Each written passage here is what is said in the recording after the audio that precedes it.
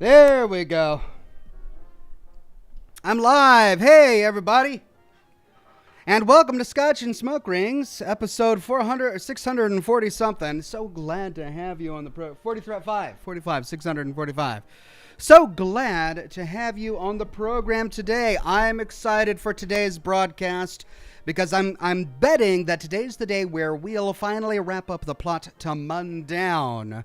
We had an interesting broadcast last week. We got pretty far. We delved into the twin dark peaks of Mundown to explore the home of the devil, whereupon we got set on fire at a dinner table, dunked in a big tub full of water before turning crazy in front of a portrait and scaring a little girl. Now, we are on our way out of the mountain to try and track down the devil because we found out that he actually has our grandfather's contract on his person.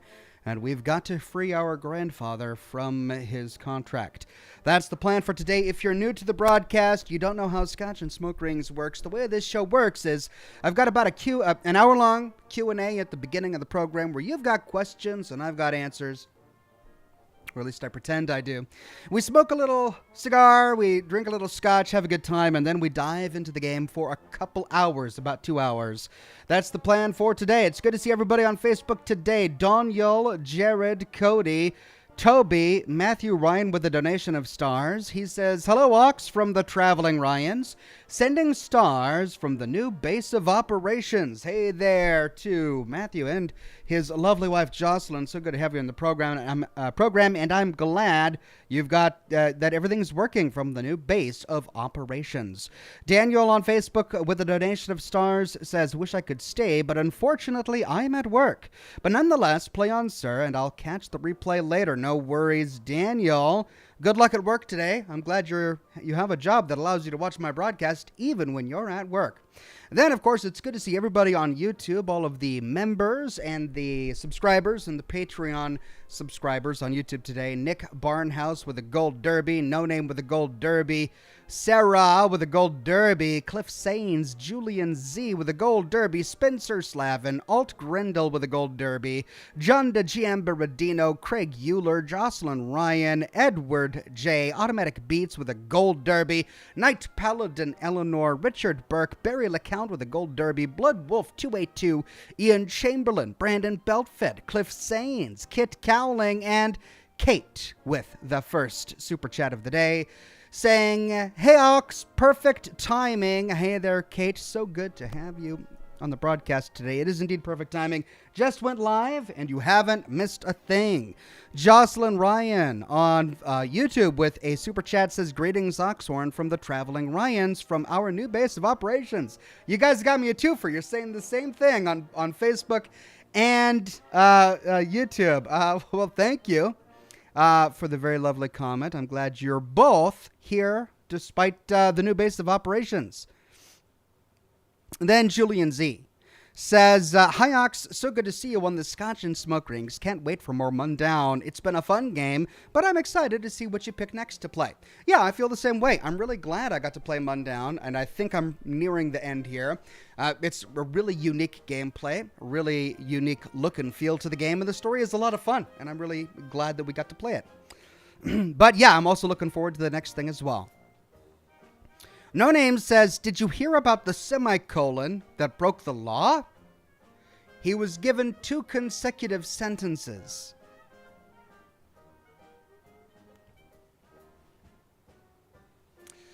I don't get it, because if he broke the law, then the joke wouldn't work, right? The law of the semicolon is you add a pause in the sentence where you can do another sentence, i.e. you get 2 consecutive sentences. If he breaks the law, he's not functioning the way a semicolon should. Perhaps he's functioning as a colon. Perhaps he's functioning as an explanation mark or something, or exclamation mark or something like that. Then he wouldn't get 2 consecutive sentences because he was doing something he shouldn't have done, right? Oh no, wait, maybe that's a return to form. The semicolon is being penalized for doing something wrong. for not acting as the semicolon should have acted, and his punishment to act as the semicolon should act. 2 consecutive sentences. Okay. Thank you, No Name. That was, man, I had to think about that. Mark from Sales says, been a while since I've been able to make it live. Happy to be on. Do you remember that joke I told you about my spine? It was about a week back. That's the joke that causes me to drink. Hey, everybody, it's time for some scotch. Today I'm drinking some 12-year-old Glenlivet. Caribbean, I believe is the flavor. Cheers. It doesn't really taste Caribbean-y, but it's good. I like it. And then, of course, rum and Coke. All my glasses were dirty, so this is mason jar rum and Coke. I have it on good authority that things taste better when you drink them from mason jars. Let's find out.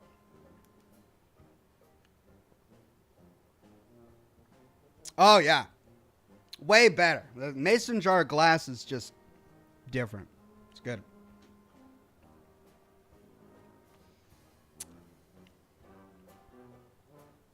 Matthew Ryan on Facebook with a donation of stars says, seen a couple of bumps on my car battery. Went and had them tested, and one of them was positive. Hoping that it's not terminal. God, you had the bumps on your car battery tested? That's what you call it? Does Jocelyn know? And it came back positive. Again, does Jocelyn know?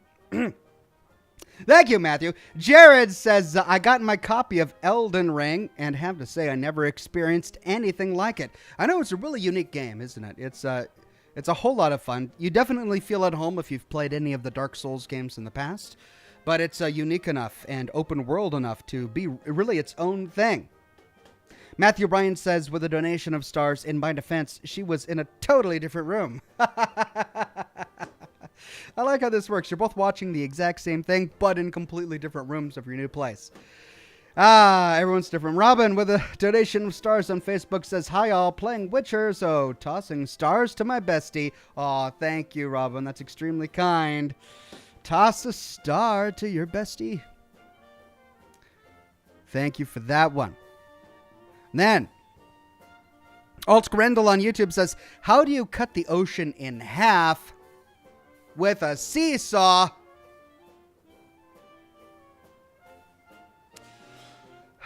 Today I'm smoking a Tupper since 1896. Tupper, not a particularly expensive cigar. I wouldn't necessarily call it good, but it does what it needs to do. It catches on fire, and it's filled with nicotine. That's all I need.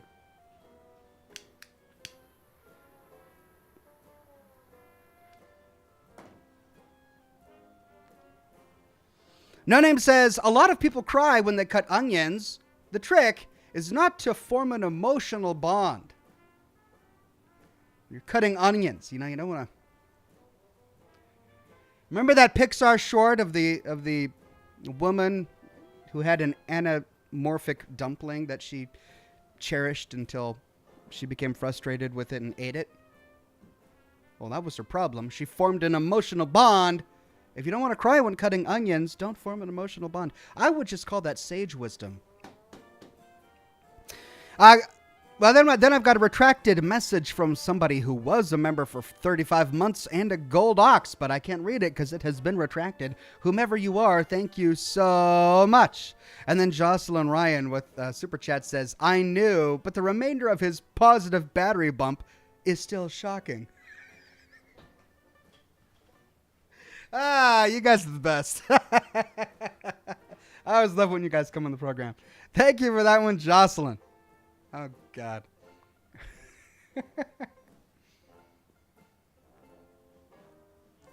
RMS Garcia on YouTube says, became such a huge fan of you lately. Please keep up the great, amazing work. This is my first live ever, and I'm hella excited. Smiley face.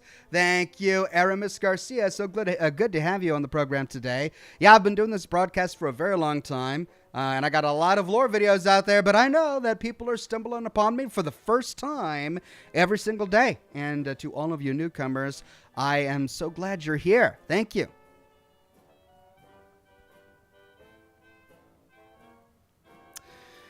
One Man Army 2 Electric Boogaloo says went to MEPS to join the U.S. Army, got past the medical and physical exam. Wish me luck. All right. Well, congratulations, One Man Army 2 Electric Boogaloo, for getting past medical. And I wish you the best luck in the world. You're going to have to come on by and let us know how it goes for you. Whatever Tube says, I read the Fallout TV show won't air until 2023. Say it ain't so. I predict the end of Season 1 will show the Enclave in space. Play on, sir. God bless the chat. Well, whatever Tube. They, at this point, you've been harping on the whole Enclave in space thing for so long that they'd better do it just to satisfy you.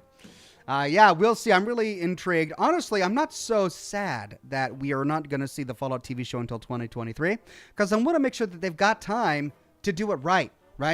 I mean, that's what they always say when a game gets delayed. I mean, remember when Cyberpunk 2077 was delayed? Then it was delayed again, and delayed again, and again, and again. And what is it everybody said? Well, it's CD Projekt Red, and you know what? We just want to make sure they have enough time to do it right? And that's what they would say in their press releases. We just need the time to do it right. And what happens? Yeah, they published it in an unfinished state. So, God knows that's not a really good excuse. But at the same time, I really do want them to have the time they need to do it right. I don't want them to rush it. So, if they got to wait till 2023 to publish the Fallout TV show, that's fine with me. I'm happy to watch it in 2023, hoping that they don't make any lore mistakes. God, if they make lore mistakes, I'm just going to have a field day with the show. I mean, part of me is kind of like, yeah, maybe they should make lore mistakes so I have something to talk about on my channel. But really, as a Fallout fan, I just want it to be right. I just want them to do it right the first time. I don't want to have to, go over their show with a Sharpie marker and say, okay, you got this wrong, and let's grade this. Because I'm gonna. I'm gonna. Vince M says, I'm just gonna address the baby in the room. Ox, why do you have a baby hanging upside down from your blinds behind you? Lol. The baby in the room? Is that the phrase? I thought it was the elephant in the room. You don't address the elephant in the room. I mean, I understand that I'm 40 now and that the lingo be a changin', but I was raised on you don't address the elephant in the room, not the baby, because you don't even notice a baby. I mean, if there was a baby in this room, which there isn't, you wouldn't be able to see it because it's tiny. Babies are tiny. That's the point of the idiom being elephant in the room. It's so big that you can't help but see it, but so unusual that you're afraid to mention it. That's the way, but there's nothing like that in here. So yeah, I just don't know where you're coming from, Vince, but I appreciate the super chat. Thank you. Wormy says, good evening, Ox, saying hi and looking forward to possibly ending tonight. Reply to today's Twitter message, something I had a question on approval, question/approval on. Well, it's difficult for me to sift through all of my Twitter comments live on camera.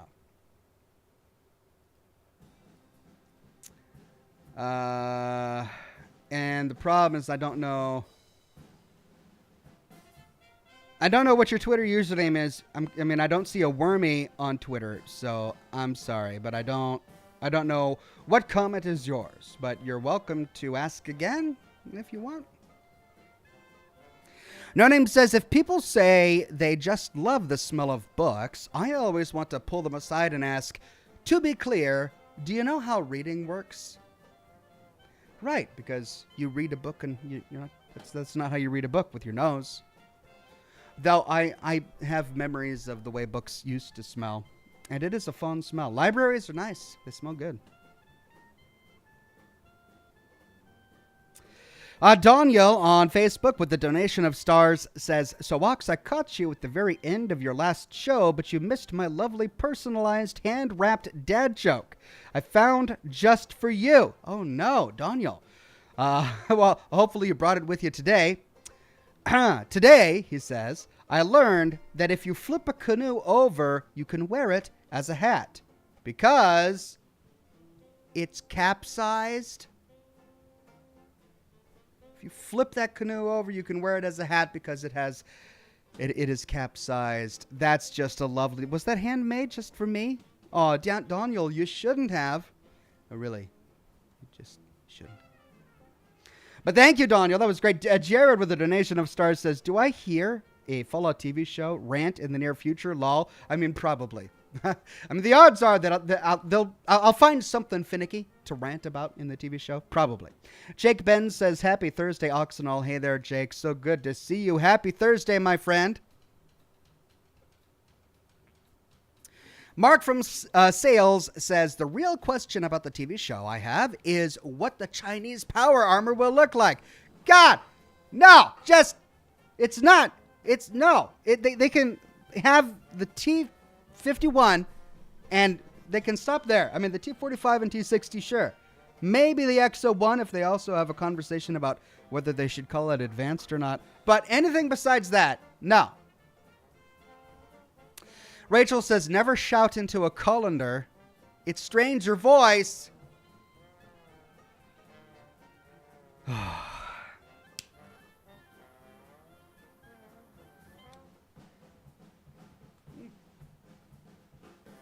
that was a fiery one. Thank you, Rachel. That was a great one.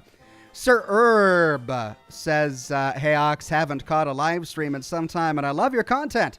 What kind of cigar do you have tonight? Looking for something new myself.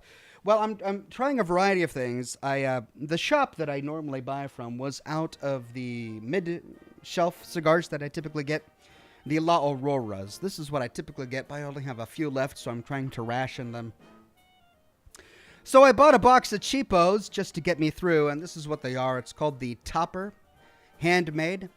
Didn't come in a cedar box like most of the other hand-wrapped cigars I got, but I didn't want a machine-made cigar. It had to be handmade. I didn't care if it came in a cedar box, and this is what I got, and it's okay. Like, it's got a weird kind of bitter flavoring on the outside leaf, but once you set it on fire, it doesn't matter at that point. It's fine. Ryder Wheeler says, can't help but love the classic Super Sledge mod. Oh, baby, smashes T60 to pieces and sends them flying as well. Super Mutant in me likes smashing. Awesome. I believe that you're talking about that Fallout 4 mod that you were talking about last week. Awesome. I'm glad the modding community for Fallout 4 is alive and well. Mr. Virus, a bronze ox, and a member for 12 months says, hi, fasting today. Can't join the drinking game. No worries, Mr. Virus. Do what you got to do. Fasting is a wonderful thing for a variety of reasons. I just got into intermittent fasting about a year and a half ago. And it's hard, but it's been working. Like, it's been really working. So kudos to you, Mr. Virus, on your fast. Good luck to you. Durag95 says, I know how you feel. I'm having a field day with the new Halo TV show. So many lore mistakes. Are there really? Oh, that's heartbreaking. Is it otherwise a good show? I've been interested. I've been tempted to see it. I haven't played any of the Halo games, but I did play multiplayer Halo with friends when I was young. Like, I never went through the single player campaigns, but every now and then I'd grab a needler and just shoot stuff. So I don't know anything about the story, but I heard that it's pretty good.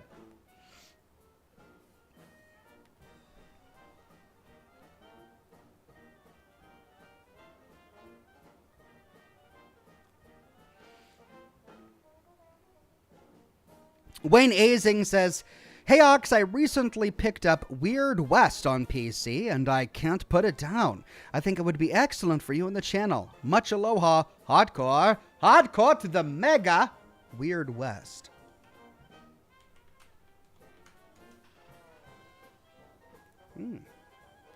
Yeah, somebody recommended this to me earlier. Is this, who recommended this to me earlier? Was that you? Released March 31st. Wow, that's a brand spanking new game. Oh, yeah, this is the cel-shaded game that we saw last time. I mean, it definitely looks interesting. Maybe it's something I can get the demo for and give it a thorough once-over just to see if it's going to work on the channel. Automatic Beats says yes to Weird West. Huh. Okay, well, definitely two fans in the chat. Julian Z says, oh, Ox, for us, it's win-win. For us, if it's well done, we get a cool Fallout show. If it's not, then we get major Ox rants, lol. Hope we get mostly good show with a little bit of lore inconsistencies for Ox rants. I just want it to be done right. I don't want to have to do a rant. I just want it to be done right, and it's not that hard. The reason I want it to be done right is because it's not hard to do it right. There's no reason to do it wrong. You can be creative and make a really good TV show or a really good next Fallout game without getting the lore wrong. There's no reason for it. There's no excuse for it. All you got to do is play the game. It's in the game. Just play the game. Play the game and finish the story, and then remember what you went through, and you're not going to make any lore mistakes when you make a TV show or when you make a mod or when you make a next Fallout game. It's not hard. I know. I do this for a living. Ranker 1138 says, can you believe they opened the Fallout show with Ron Perlman saying how much war has changed?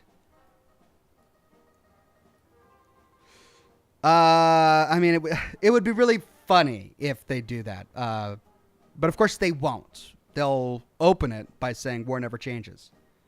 I mean, you can't touch that. That's something you can't touch. Fallout 3 established that you can't touch that, and they're not going to touch that. I'm calling it now. When they come out with the Fallout TV show, the intro is going to open with Ron Perlman saying war never changes. They're not going to touch that. They can't. It's iconic. They can't touch that, no. Wormy says, no biggie, it's a response to today's Twitter, Scotch and Smoke Rings? Oh. All right, I don't know how that works. I probably should, because I am, after all, live on the platform. Oh, here we go. There we go. He says, had a question regarding the My Little Pony idea I had last week for the Ryans. I'll message you, and if it's a no, you don't have to respond. Had another thing, too. Okay, so I'm going from the YouTube chat to Twitter chat. Now from Twitter chat to my Twitter DMs. Let's see. And then I'll read this silently then. All right, I'm going to read this silently. I'll respond to it if I feel like I can. Hold on. Track on.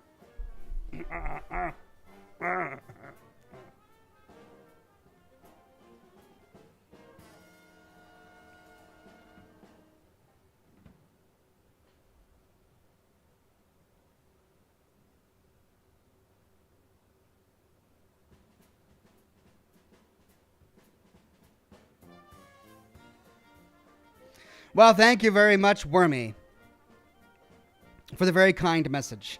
The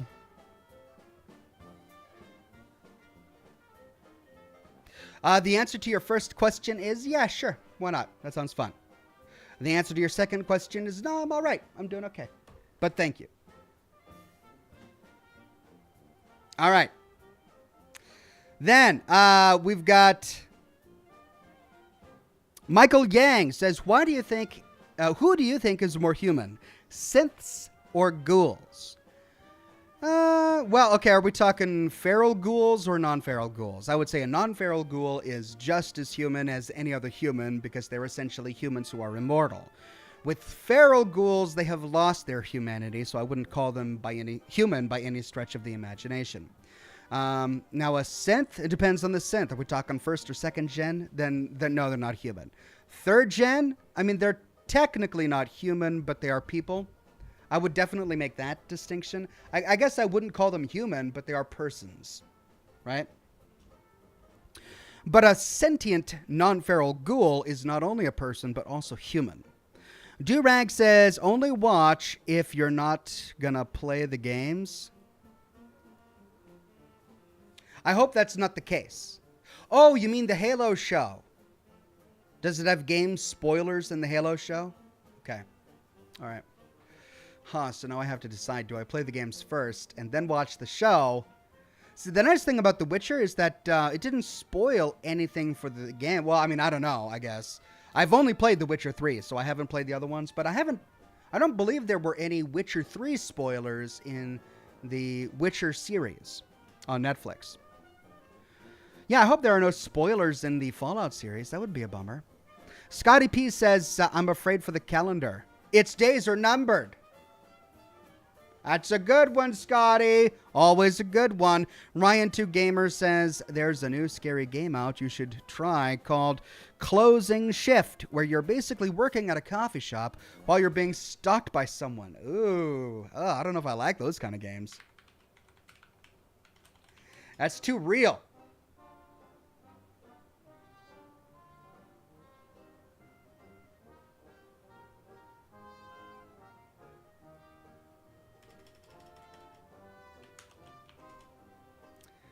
The Closing Shift, released March 24th of this year.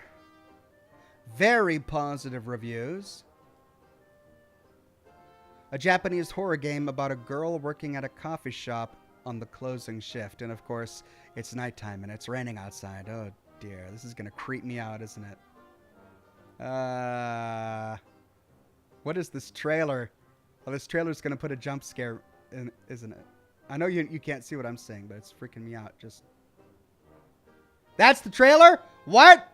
Come on, that's it? It's like 40 seconds. That didn't tell me anything about the game.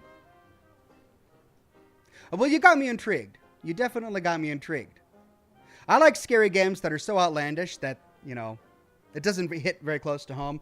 But a horror game about a creepy stalker stalking some poor barista at a coffee shop, that like could happen and does happen on like a daily basis. So I don't know if I would like that. Don Creep says, evening Ox, it's been a while. Hope you all has been well. Things are fine over here, Don. Hope things are well for you. Good to have you back on the program as always. No Name says, we need a 12-step group for compulsive talkers. They could call it On, Anon, Anon. A 12-step group for compulsive talkers. On and on and on. That's just clever, is what that is. That's very clever. No Name, thank you. Canuck82 says, the Halo show is alternate universe to the game. Never research game. Master Chief is reportedly side character. Okay, I mean, that's one way to go about it. Is it just me, or does the whole alternative universe thing feel lazy? Does anyone else get that? Like, I understand the Marvel universe. You know, they've done a really good job of weaving alternative universes into the core plot of that world. So for Marvel, they've got an exception, fine. But when it comes to other games and books and movies, having alternate universes, I don't like it. It seems like lazy writing. It seems like, well, we're too lazy to make this new piece of content work consistently within the lore that we've already established in previous books and games. So we're just going to wing it. We're going to hire some new writers and just say, go at it, have fun, be creative, make it fun. Don't worry about the rest of it. Just make it fun. We'll put some gloss on it, call it an alternative universe, and make a ton of money. I don't like that. You guys are making me not want to watch the Halo movie now. I mean, I was kind of intrigued, but now that I know that it's alternative universe and it's got a bunch of spoilers in it, I don't know. I don't know if I want to watch it. Jack Harper Games says, did you ever replay Red Dead Redemption games, Ox? If so, thoughts on said series of games? I've still never played Red Dead Redemption 1, but I did live stream Red Dead Redemption 2 live here on the program, and it's the best game I've ever played. Hands down. I mean, I've played some amazing, wonderful games since then, some of which are even contenders, but I still think that in terms of set design and the storyline and voice acting and character development and just absolutely everything necessary to make a good game, they just nailed it all. It's just the best game I've ever played. Adrian Parker says, hey Ox, hope your day went well. What are you thinking, or what are you drinking / smoking this fine evening? I'm drinking some Caribbean distilled Glenlivet Scotch, 12 years old. I'm drinking some rum and coke in a mason jar. And I'm smoking a tupper, which doesn't like to keep its fire. I keep having to relit it.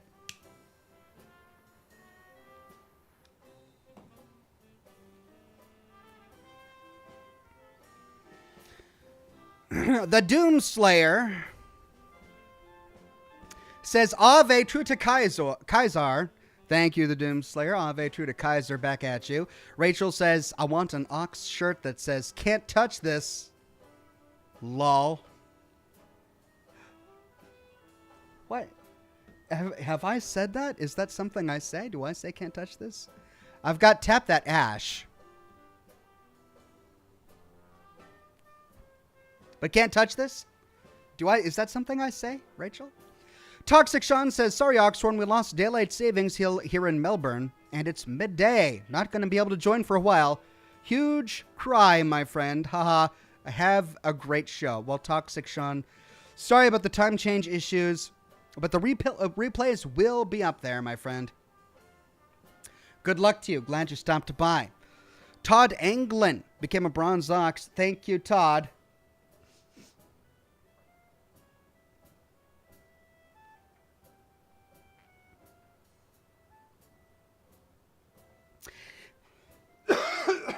Still recovering. Jake Ben says, what did the melon ask his sad melon friend?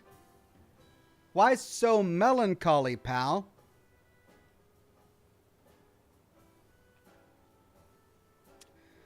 A melancholy melon? That's a joke about a melancholy melon. Only on Scotch and Smoke Rings. Thank you for that one, Jake.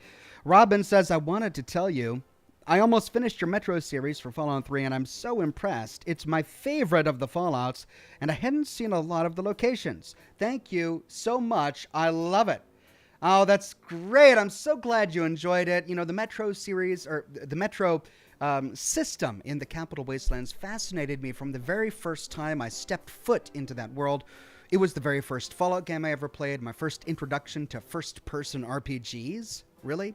I mean, so Half-Life, I had played Half-Life.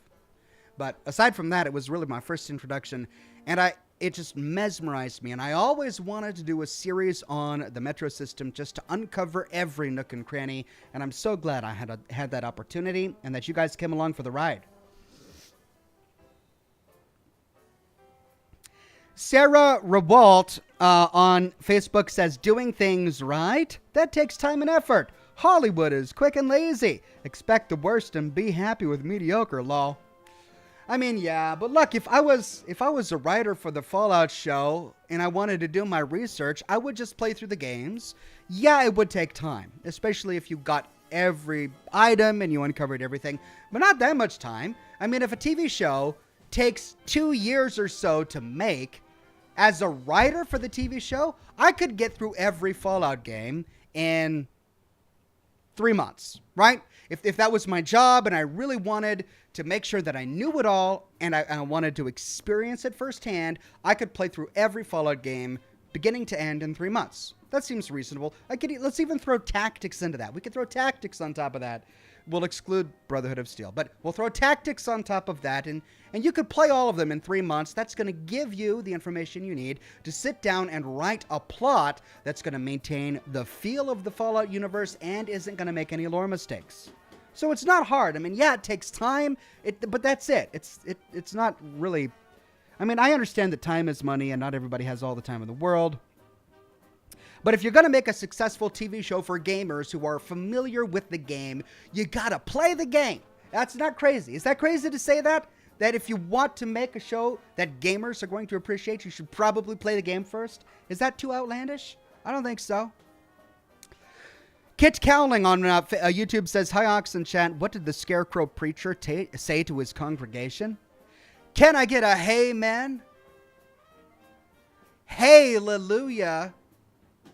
For another Scotch and Smoke Rings, the Scarecrow Preacher. Thank you for that one, Kit Cowling. Scorpion Taz says, hey, Ox, I'm the one that retracted my message. Thanks for the Fallout 4 video this past week. Are we getting more Fallout 4 vids? Oh, thank you, Scorpion Taz. Very kind. The Fallout 4 video was last weekend. This most recent weekend, I did a video on Minerva for Fallout 76. And this weekend, I did find time to produce a video. It's going to be a Fallout 76 video. We're working on the Steel Rain series. We're finishing that up. I got several weeks ahead of me before we complete that series. And this weekend's video is going to be shorter. It's on a little-known character from Steel Rain that you might not have met. So I think you'll really enjoy it, but we're doing that one now as some necessary background before we go into the first episode, the first quest of Steel Rain. Kyle Warfield on Facebook says, closing shift is pretty short. You spend most of the game making coffee. I don't know that it's your kind of game. Yeah, I don't know if it is my kind of game either. Who knows? But thank you for everybody for the recommendations. Jake Ben says, in the words of Todd Howard, it just works. Hey, if it just works, it just works. No need to question it. It just works. Jared says, what if they do the same thing with Fallout TV series and get lazy with the show? It'll break my heart. It'll just flat out break my heart. Can I say that now? Guys, if you're working on the TV show, if you're watching this right now, don't break my heart. I mean, just break someone else's heart. Like, break all of the Skyrim fans' heart. The Elden Rings lore, the Elden something, Elden World, Elden Shard, something. Break their heart. It's fantasy. There's enough fantasy out there. This is like the first Adam Punk post-apocalyptic TV show based on the world's most famous Adam Punk post-apocalyptic video game. Get it done right. Do the lore right. Don't make any mistakes. Be perfect. That's all I ask. Is perfection too much to ask? Just don't make a mistake and don't break my heart, and we'll be okay. We'll be okay. Scrolls. The Elder Scrolls. Elder Scrolls. Wormy says, thanks, Ox. A little for extra for stream interruption. No worries, Wormy. Thank you so much for your support. Julian Z says, Ox, my brother wants me to recommend Faith as a scary game for Scotch and Smoke Rings. Let's check it out.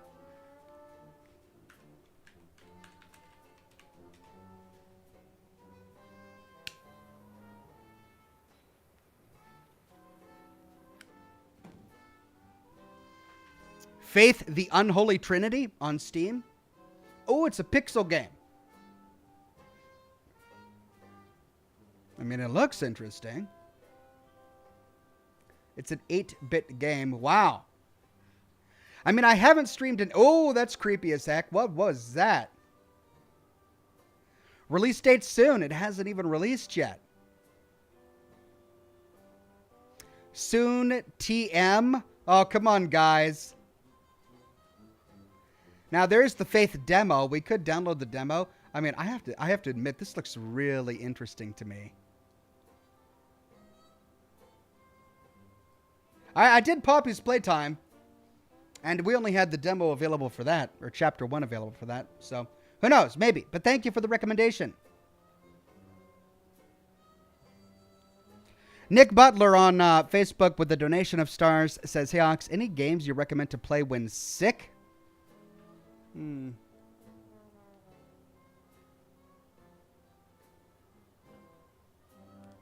Yeah, there was that one we played. Firebridge? Firebrand or something? The one about the park ranger uncovering the mystery of what went on there. Flame Torch or something. What was that called? That was a really good sort of slow plotting contemplative game. I can see you playing that game with a big bowl of chicken soup as you get better. That was fun. Don Yol on Facebook with a donation of stars says, that's it. We all need to send a petition to the studio to get Ox hired on as a writer for the show. They would fire me. Unless they're as passionate about it as I am, they would fire me within a day. Because I'd probably look over the script and go, oh, this has got to go, and this has got to go, and we can't do this, and I'm just removing that character altogether. And are you kidding me? Are you kidding me? Chinese power armor? Are you kidding? Like, this is what I would do.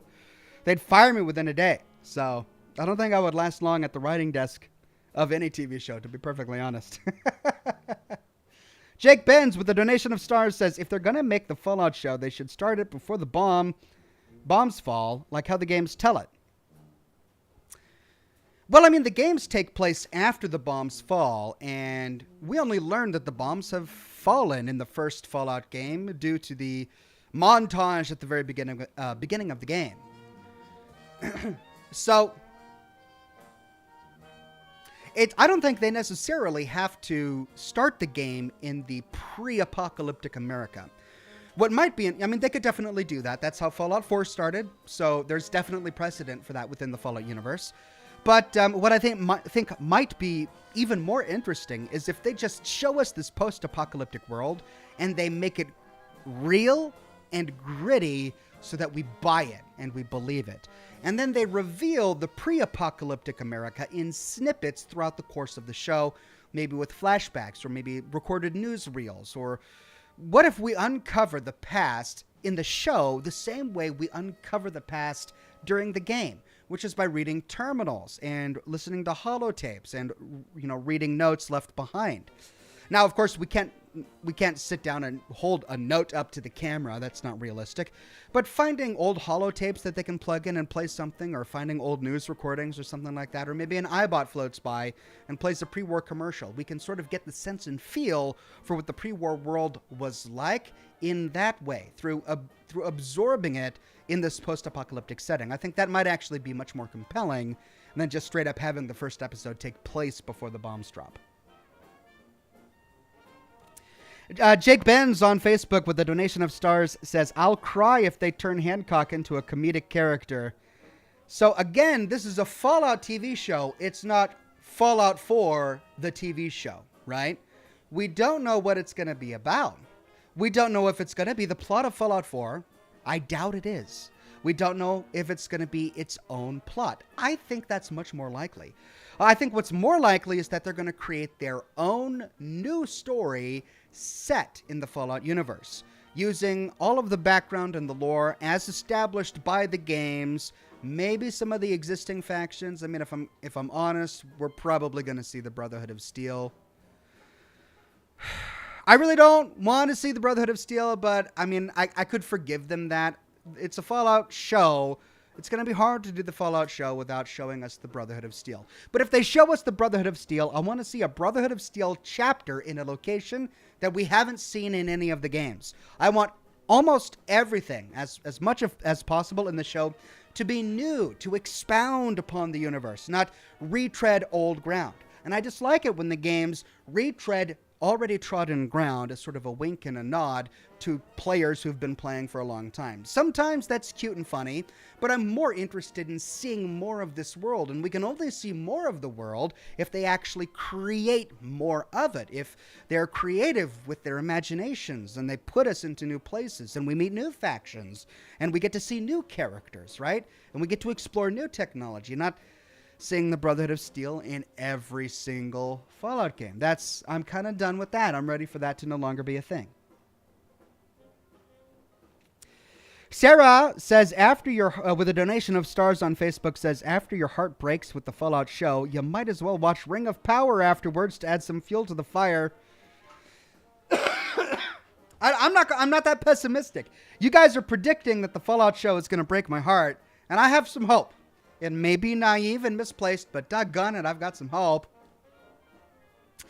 Rachel with a gold derby, a gold ox, and a member for 40 months on YouTube says, do you have plans for when Mass Effect is done? I'm personally still in denial that it's ending.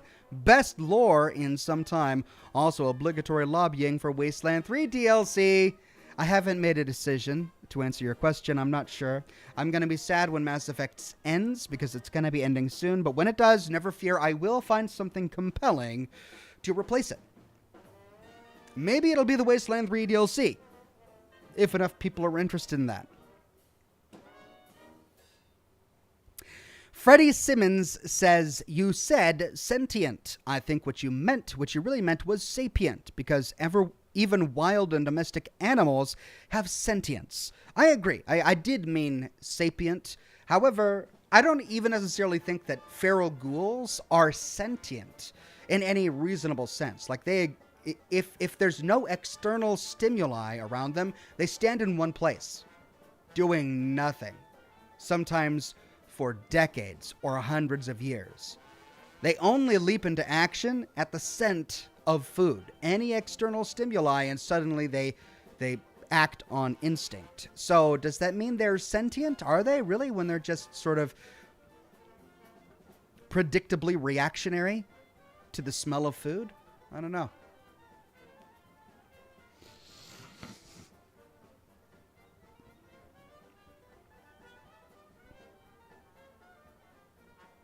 Oh man, I really got to catch up on I'm talking too much. Okay.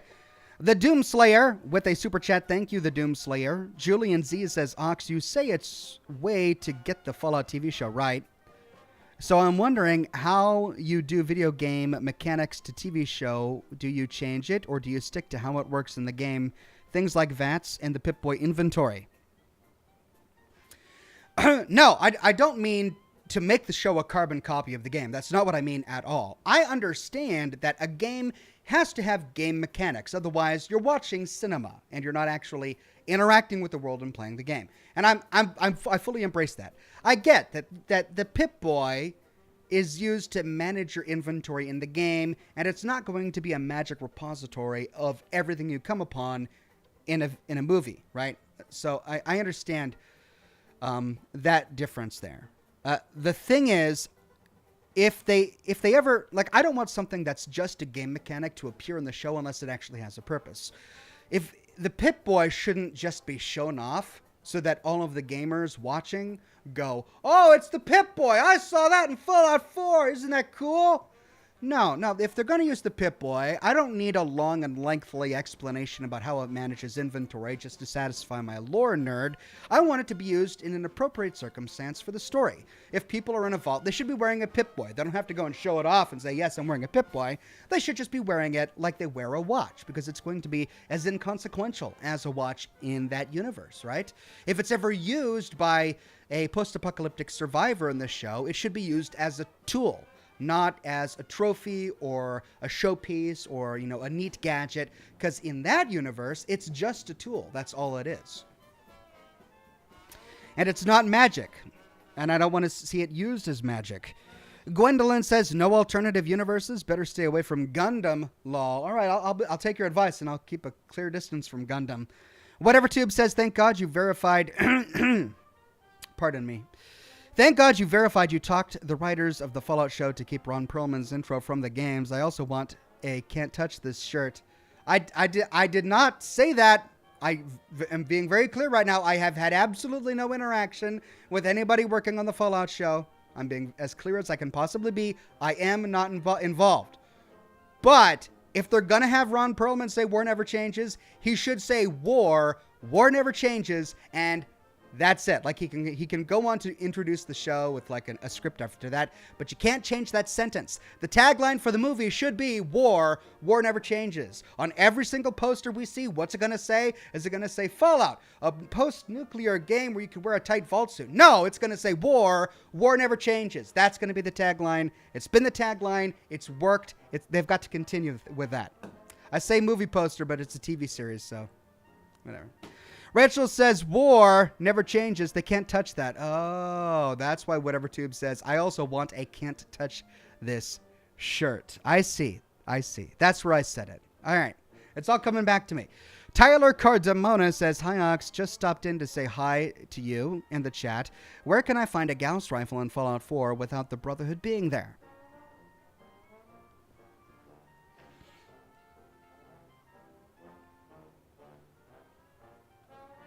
Gunners, maybe?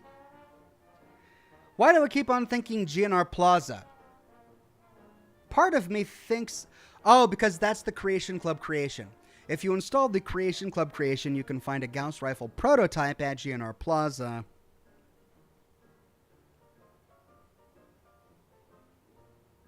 I know that the Railroad likes to carry Gauss rifles, if you want to make enemies with them. That's really all that's coming to me right now. No Name says, I used to date a hoarder, and she broke up with me. That stings extra hard. I'm like the one thing she can get rid of. Ooh, that is a sick burn. Dumped by a hoarder. Ouch. Lone Wanderer 126 says, been watching you since you did your Bioshock live stream, and I got more excited when I found out you did Fallout videos. Thanks for all the great videos you make. Thank you, Lone Wanderer. I loved Bioshock almost as much as I love Fallout. Ryan2 Gamer says, also there's a game you should check out called Fears to Fathom Norwood Hitchhiker. But only if it's not too scary. Fears to Fathom Norwood Hitchhiker.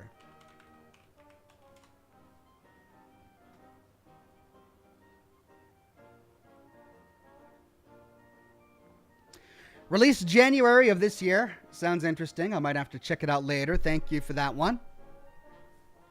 Ranker says, I haven't solicited you to do a reading of The Eye of Argon lately. Still recommend you at least do the game with your friends and or family. Thank you for that one, Ranker. We'll definitely consider it. Liu says, my husband and I got matching Thanks Killer shirts. Now it's a ritual to watch you every Thursday night with our shirts. Love them. That's great. The Thanks Killer shirt was one of the very first designs that I had made up by my artist, and they did such a great job. I'm really glad you guys like it. Matthew Smith on YouTube says, hi, Ox, enjoying God of War. Did you see my game suggestion of Apsulov, End of Gods? I think I did. But I'll definitely make a note for myself to check it out later.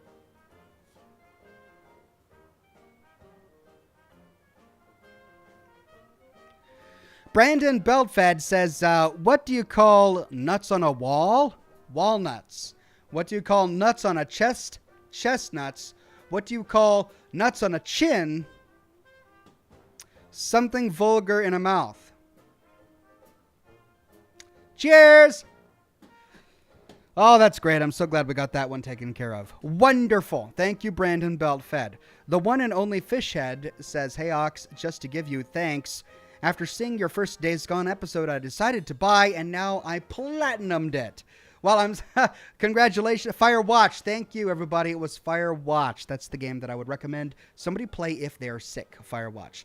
But I'm glad you enjoyed Days Gone. It was such a fun game. I'm sad it's over. WhateverTube says, how long is your list of recommended games? Really long right now. Like the games you guys recommend to me. It's like pages and pages and pages. Isaac says, I can't stop plugging the Forgotten City. Cheers. All right. Oh, if only I had more time in a day to get more of these games in. But I'll definitely add it to the list. Slatty Bartfast says, hi, Ox. Remember, a joke's not a dad joke until it's full grown. I like it. That's another classic. Thank you. Don Creep says, any plans to try Genesis Noir? Seems like a game you would like. All right, I can add this one. Let's see.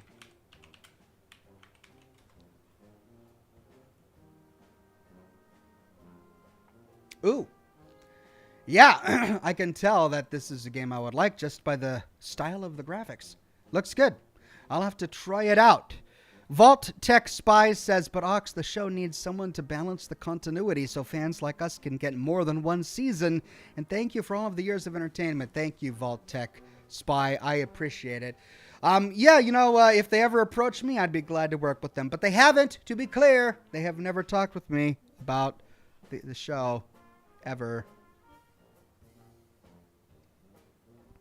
Rachel with a super chat says, still think you should watch Mythic Quest, the Office-style comedy about a game development company. There's a lore guy who objects to a microtransaction shovel tool until he's told he can write a backstory for it. Lol. Okay, I can relate to that. I like it. WhateverTube says Nuka Break is free to watch on YouTube. It's awesome. You're the best, Ox. Also, Enclave in Space and Play On, sir. Thank you, WhateverTube. And Nuggets Fleas says, hello, Ox and chat. How's everyone tonight? Doing great. Nugget Fleas. Glad you're here on the program. Feeling good. Tyler Cardamona says, who else here would love to see an Oxhorn character in the TV show? Well, you guys, the flattery, I can't take it. But that doesn't mean you have to stop. I'm just saying I can't take it. It's too kind. All right.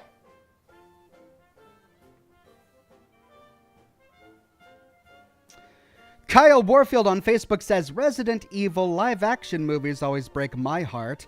The latest one kept claiming it was for the fans and true to the games. That was a lie, lol. Total inaccurate train wreck that crammed the first 3 games into one movie and spent the whole movie making Leon look like an idiot. See, this is why I don't want them to retell the stories of Fallout's 1, 2, 3, 4, 76 tactics in a TV show format. Because no TV show format or movie is going to have the time to get the games right, to cover all the characters. They're going to introduce a character and then just skip over that character really, really quickly. I mean, even when it comes to The Witcher TV show, I was reading a review on one of the episodes, and in the first series, there was a really important character in the books that kind of got shoved into one episode and kind of, bastardized a bit just because they ran out of time. So I hate it when they take the stories of games and squeeze them into the format of a TV because they run out of time to give characters the due diligence that they need. Instead, they should create a brand new story just for TV or just for the movies so that they can create characters as necessary for the plot of that film. Instead of feeling like they've got to bring in this character and got to bring in that character. And, we can't do a series on The Witcher unless we talk about this character. Instead of feeling like they're compelled to bring all these characters in from the games to satisfy the fans, instead they should just make something new set within that universe that's formatted for TV so that they don't have to throw characters in that they otherwise would never use in the plot, right? That would be the better way to go about it. Jake Benz says, whatever they do, just make it good and don't hurt us fans' dreams. I know, that's how I feel. I just want it to be good. And you know what? I have no indication that it's going to be bad, so let's not jump the gun here. Let's just give them the benefit of the doubt until they prove otherwise, which they may do. Who knows? Jake Benz says Big John Salvage is another spot for Gauss rifles. Oh, yeah. Yeah, that's right. There's one at Big John Salvage. Thank you, Jake. Robin Woodall says, is there a weapon that takes darts as ammunition, or is it there just to bug me? In Fallout 3, you can craft a dart gun. I don't believe there's a dart gun in Fallout 4. I know there's a crossbow in Fallout 76. But in Fallout 3, you have to actually craft it. You have to find the blueprint for the dart gun and then craft it from a weapons workbench before you can use the darts. It's the same way with the railway rifle. You find railway spikes all over the world, and you never know what they're for until you get plans to craft the railway rifle, and then you realize, oh yeah, this is ammunition. Now, the dart gun, it does not do very much damage, but for some reason, it shatters legs. Like, it cripples limbs and breaks legs like a madman. I don't know who at Bethesda thought, yeah, a tiny little needle that kind of gets lodged in the soft fleshy bits of your arm, that should break limbs. Let's have the dart that lodges in your flesh break limbs too, because that's better at breaking limbs than a bullet. So I don't know who made that logical decision, but yeah, in the game Fallout 3, the dart gun breaks limbs. Because it does.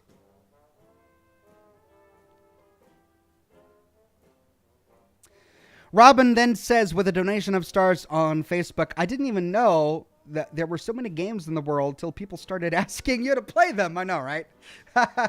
Everyone's got their favorite. And then Jake Ben says, 4 has the syringer. It's close to a dart gun. Yeah, you're right. It has a very different purpose than the dart gun from 3, but you're right, it does have the syringer.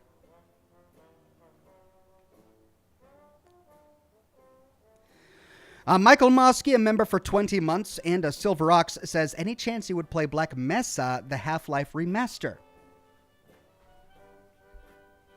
Maybe. I mean, I have fond memories of Half-Life. So maybe. MG says, how about a Herman Melville Moby Dick power armor? Okay, why not? At this point, who cares? Gonna give me a Hellcat power armor? Power armor for a mercenary group? A mercenary group. Not even the gunners in Fallout 4 had their own brand of power armor.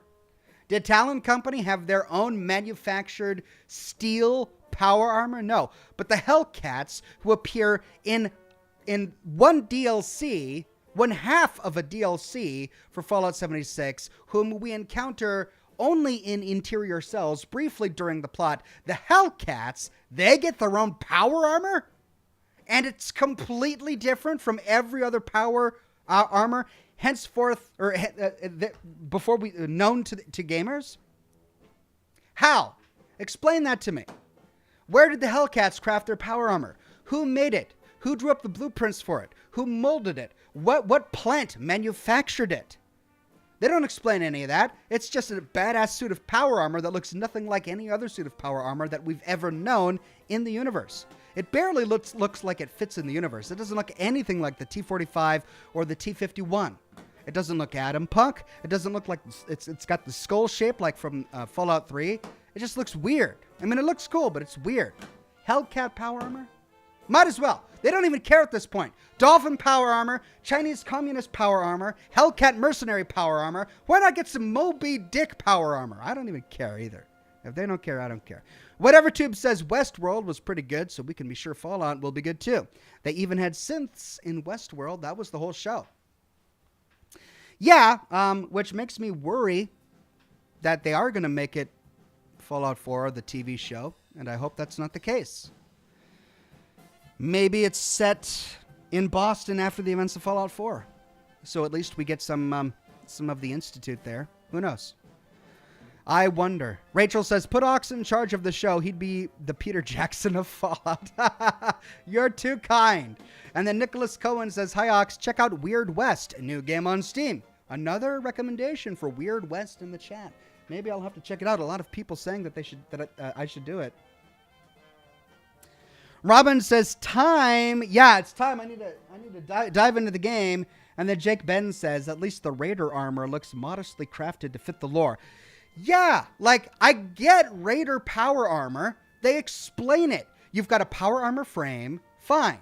Raiders take a bunch of scrap metal and weld it to the power armor frame. Sure, I'll buy that every day of the week. I get it. It doesn't need in-depth lore to explain it. By looking at it, I get how it exists in the universe. I don't get Hellcat power armor because it's not scrap built like the Raider power armor. It needs someone who spent their lifetime studying and designing tanks and power armor in the Fallout universe to sit down and create a blueprint for this suit of power armor that interfaces with the U.S.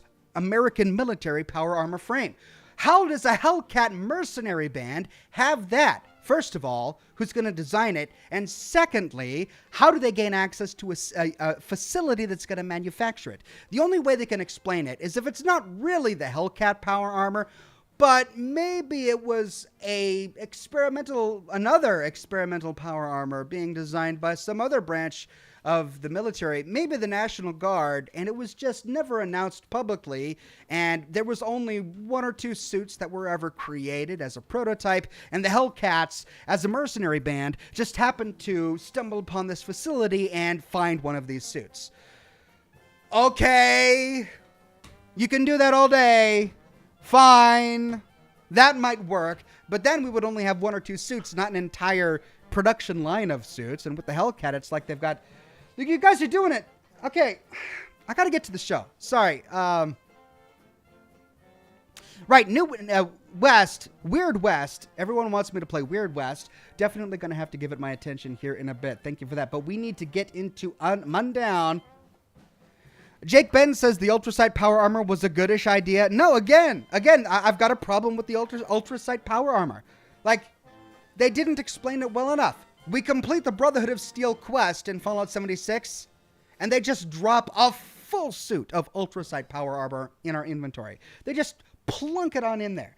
There's no story. They don't talk about it. They don't say where it was manufactured or where it came from or any sort of background context. No, it's Ultrasight power armor. Ultrasight, this extremely rare material that thus far has only ever been found in Appalachia. But for some reason, there's enough infrastructure built in Appalachia to take Ultrasight and turn it not only into a power source, but into a miniaturized power source, a fusion battery that can be used in power armor, and they created an entire suite of power armor around the fact that it's run by Ultrasight.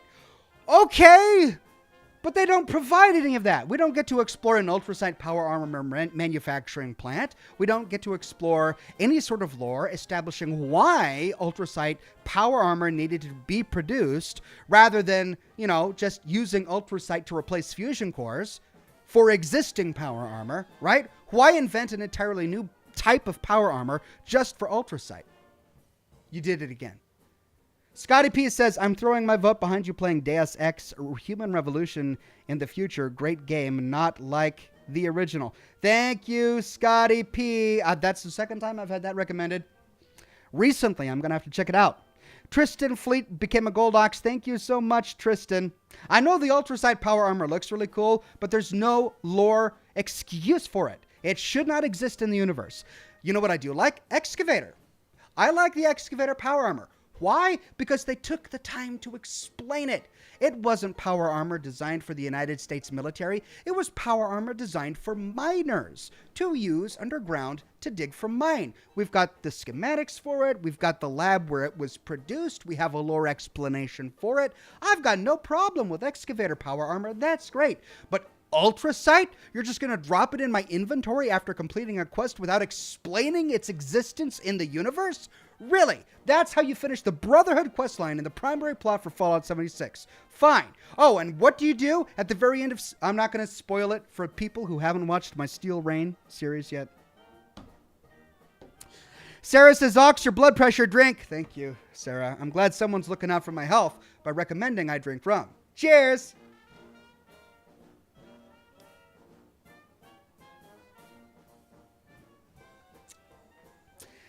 Singe Furno says the Ultrasight Power Armor is built by the Appalachian chapter of the Brotherhood of Steel. That's in the lore. It just doesn't explain how they built it. Yeah, and they shouldn't be able to build it. For a group that was created from Taggarty's Thunder, a ragtag group of Brotherhood of Steel soldiers who were hiding behind a waterfall when the bombs dropped, and they were only there because they were doing military drills. They happened to be converted into the Brotherhood of Steel by Roger Maxson over the radio. This group of 4 guys are going to take over an insane asylum and produce the Ultrasight Power Armor? How?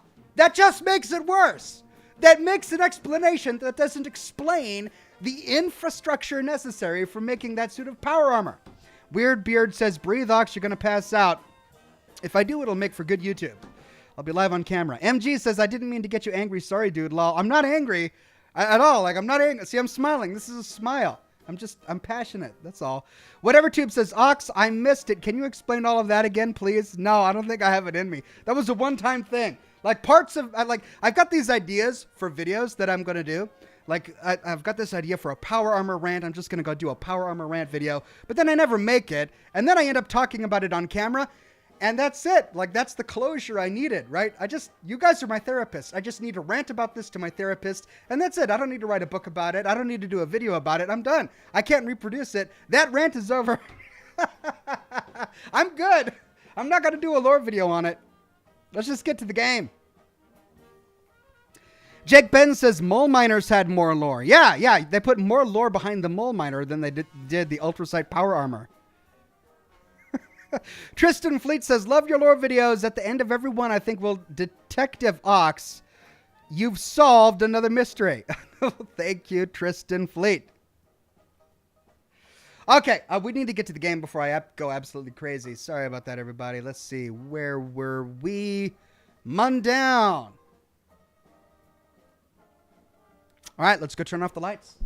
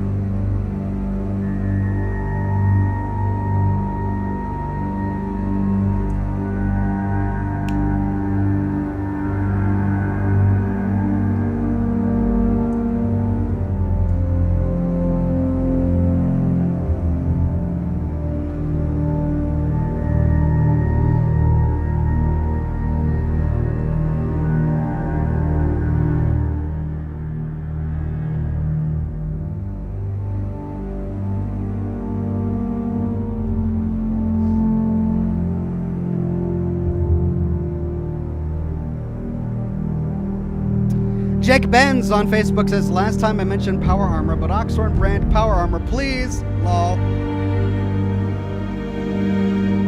Maybe someday, my friend. Maybe someday.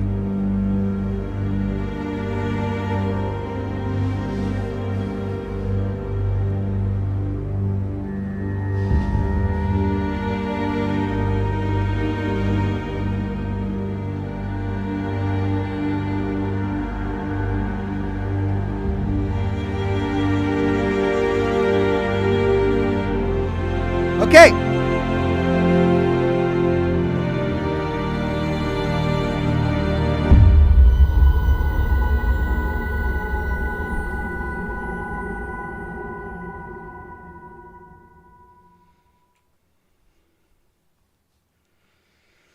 The thing that frustrates me is that it only takes one line of lore. Like, all we know about the T-60 power armor is from a loading screen in Fallout 4, but even it is enough to explain its existence in the universe. And they don't bother to do that with the Hellcat. They don't bother to do that with the Ultrasight. I was initially really... All right, you know what? I'm going to give myself a break. I'm playing a completely different game right now. So in our last episode, we had explored Satan's hideout in that mountain. There's the Twin Peaks of Mundown. We found his house and we explored every floor. We got set on fire at a table. We got nearly drowned in a bathtub.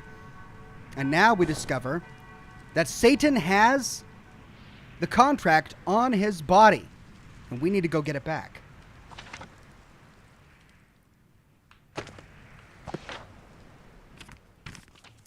Destroy the barn fire painting, Giovanni's house. Hurry down the mountain to the mover.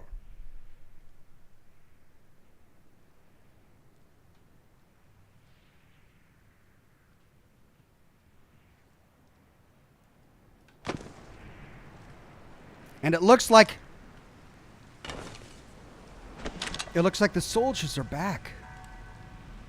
Oh crap, the soldiers are back. All right, so we got to find Giovanni's house.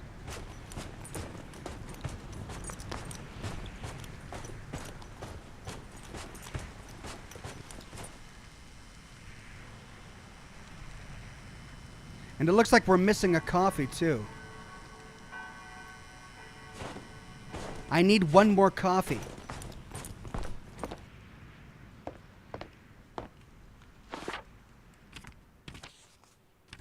Yeah, we maxed riflemanship. We maxed our food, but we haven't maxed our sanity. I need one more coffee. And then wasn't there another document that I'm continuing to put together here?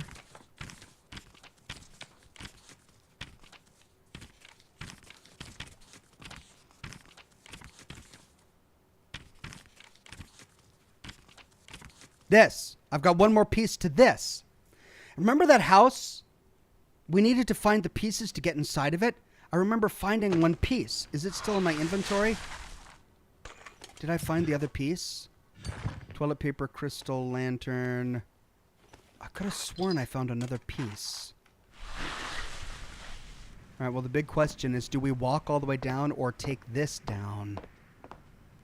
Let's take this down. We can always walk. Oh, let's start it.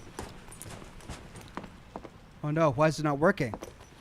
Oh, it's stopped from down below. Oh, we're going to have to walk down anyway. Carrie Sigmund says, just got off work, ready to hang out with you, Ox. Cheers. Thank you, Carrie.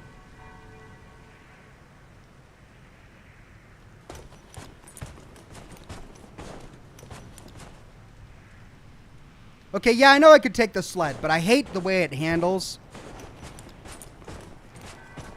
So I'm going to ignore the sled for now.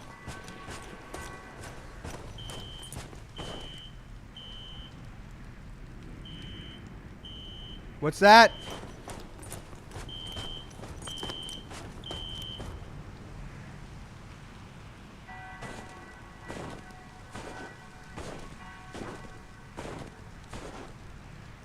That's a door.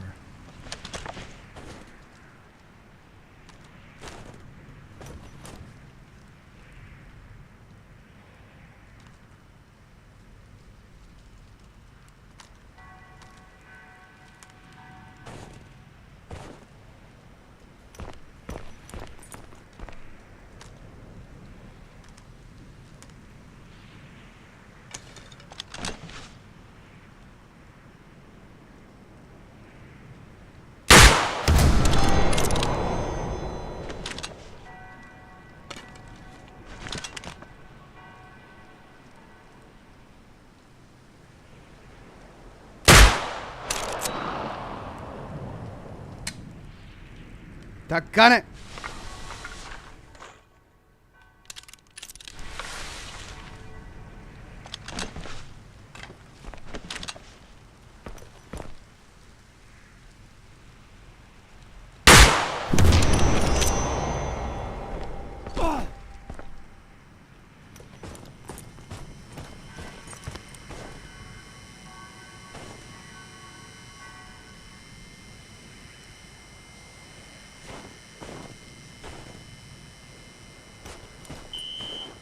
What is that noise?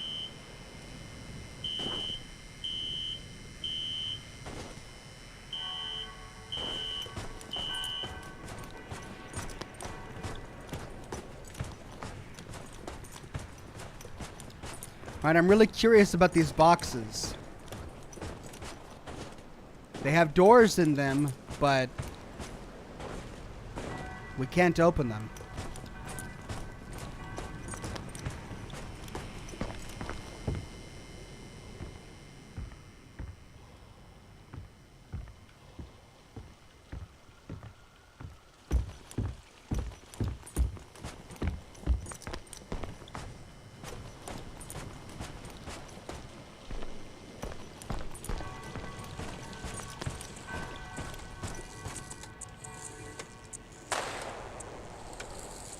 Oh, who's shooting at me?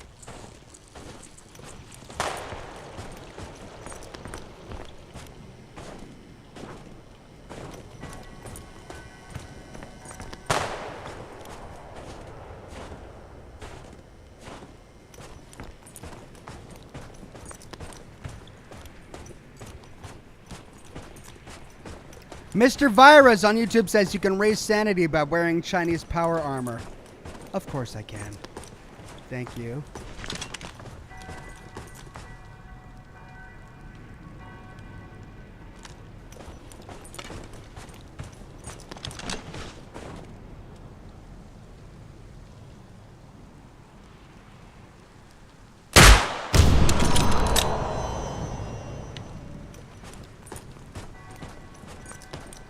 All right, now that coffee house is where the abominable snowman was. I hope he's not going to come get me. I don't remember this big fence.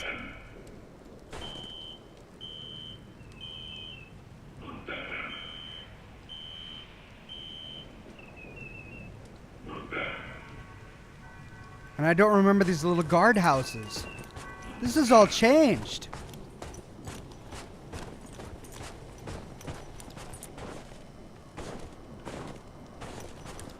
Yeah, this wasn't here before.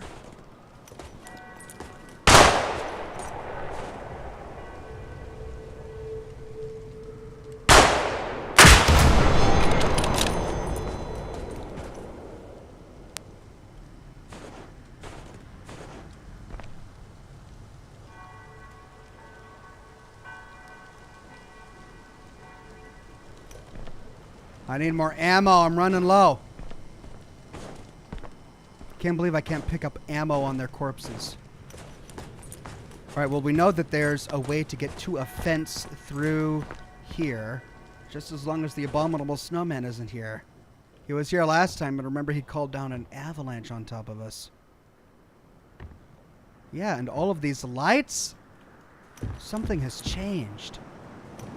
I can't go downstairs now. Oh, wait, I can. Whoops.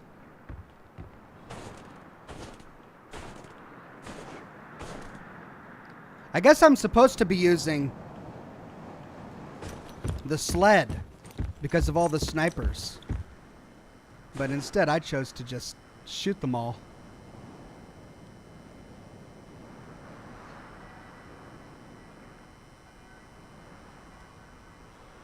I don't think there's a sniper at the restaurant.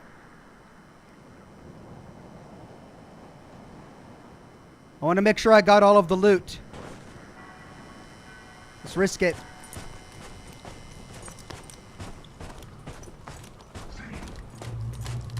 I hear something.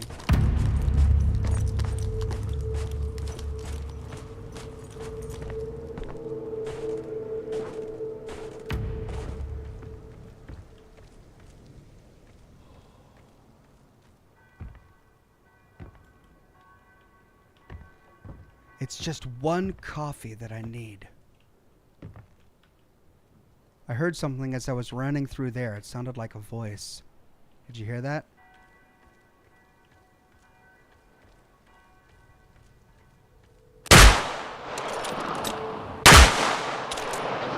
How did I miss?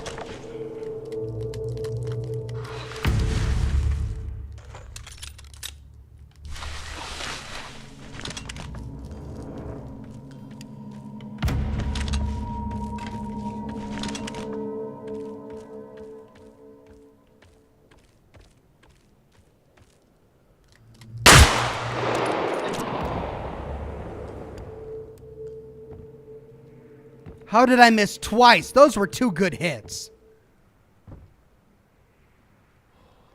I've got 2 shots left.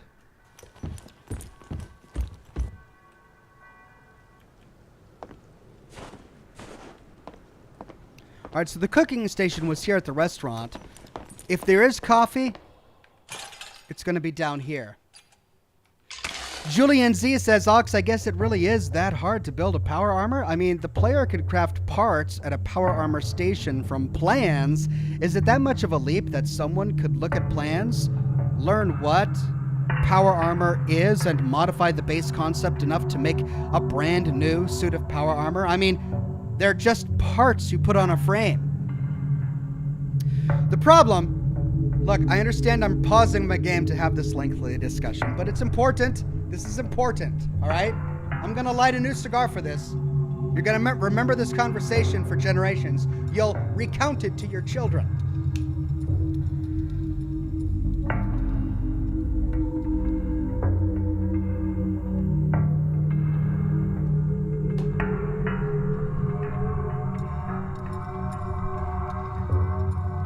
Okay, listen, Julian. The ability to craft and repair power armor in Fallout 4 and Fallout 76 are game mechanics, right? We have to have that, right? If we're going to repair any kind of armor, we have to be able to repair power armor, so that's just a game mechanic. Within the lore of the game, United States power armor is so complicated that the Chinese couldn't make it. It's so complicated to get right, and it was so hard to do that it won the war for America.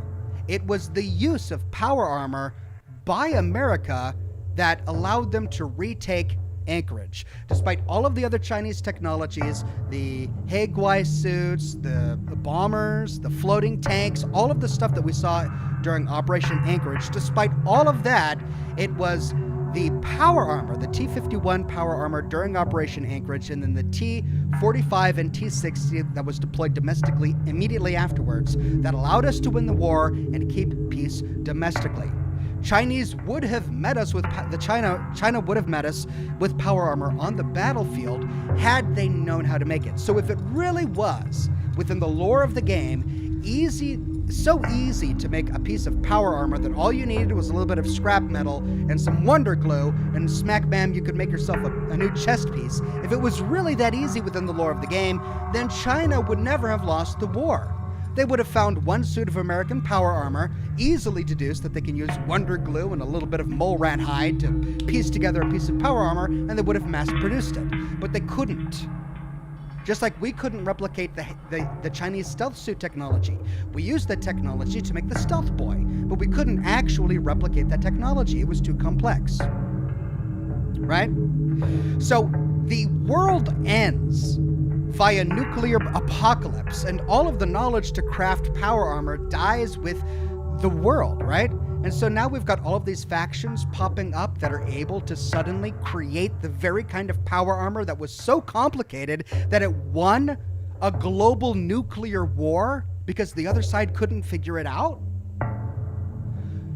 If that's just a plot hole, then that's a really big plot hole that has to deal with the fundamental reality of that world. That's why a mere mercenary band can't have their own suit of power armor. That means that the Brotherhood of Steel, 25 years after the apocalypse, can't have their own suit of power armor, right? That's why it's important. Thank you for the question.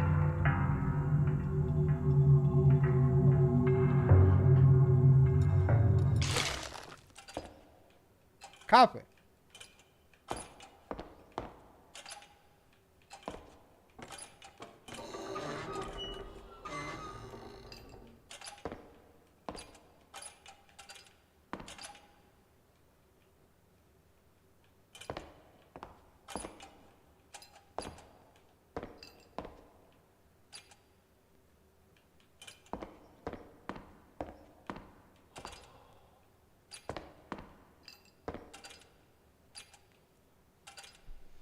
All right, I can't find the coffee. Let's just keep going.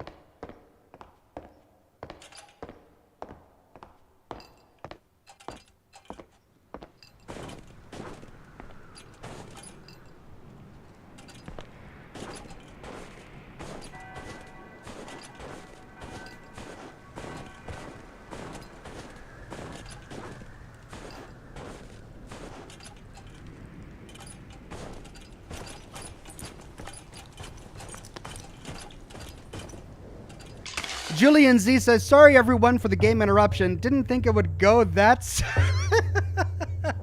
Didn't think it would go that so hard, but I'm a little happy it did. Thanks, Ox, for the explanation, Ox. I'm always amazed at your lore knowledge and explanation play on, sir.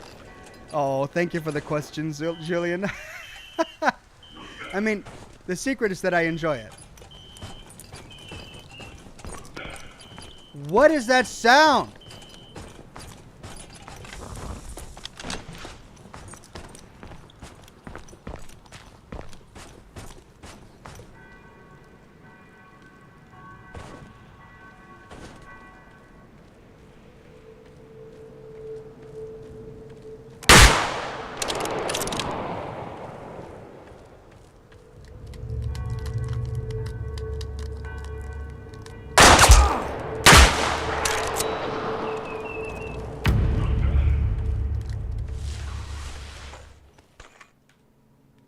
No.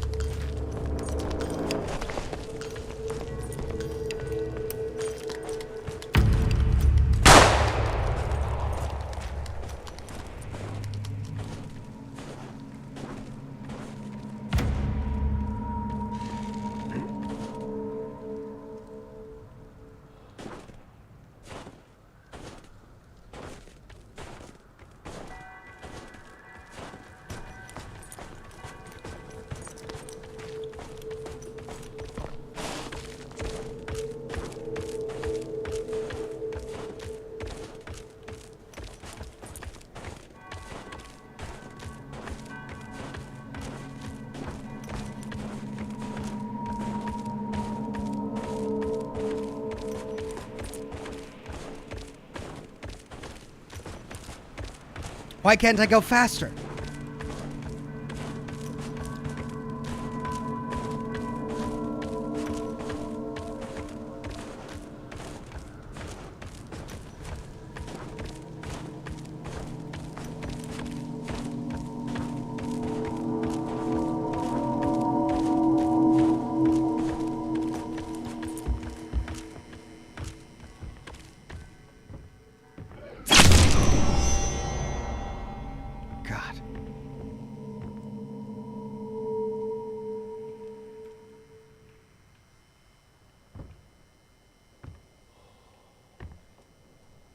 Of course, he doesn't drop ammo.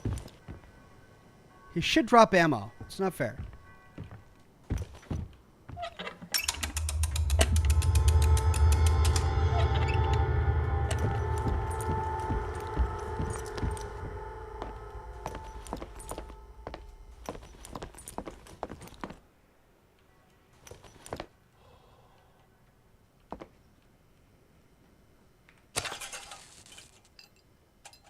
Coffee, coffee, coffee. No coffee. Janelles in Atonja.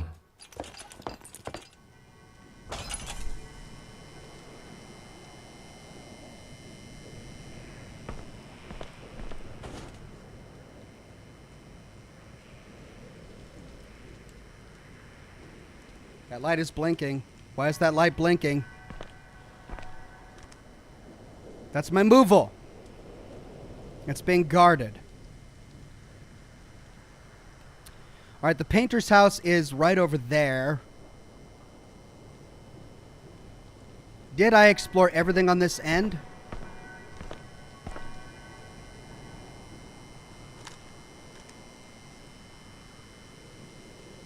Did I go to that house? I think I did. Did I go to that house? I think I did. Yeah, I remember there were a whole bunch of...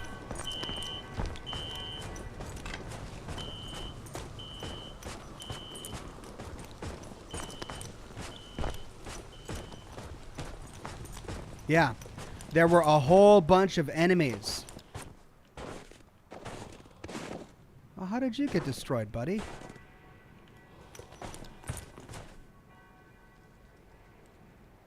Alright, there's the car. It's being guarded by one guy. I need to sneak around. Can I slide down here?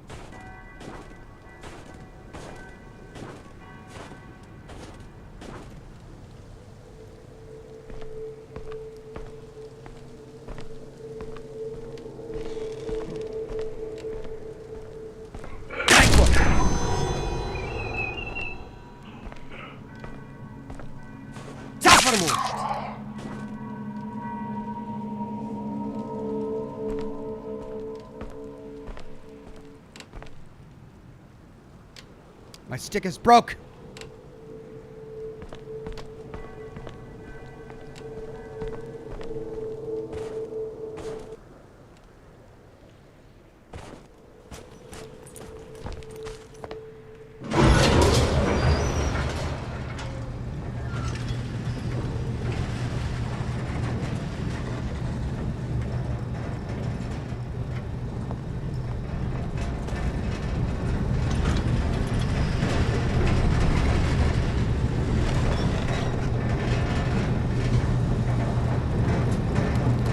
Out!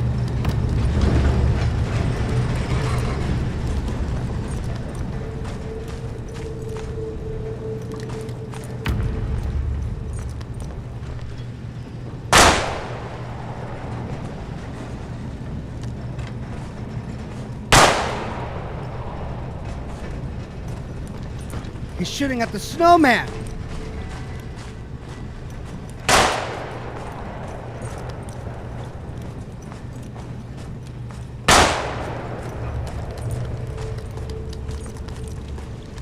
Nope.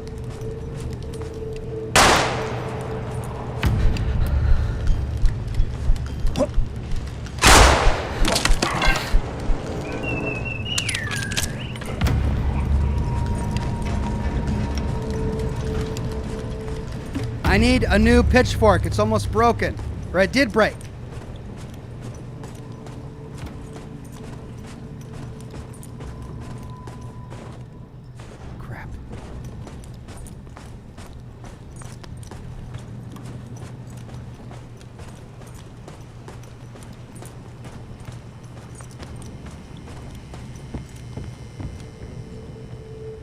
Yes!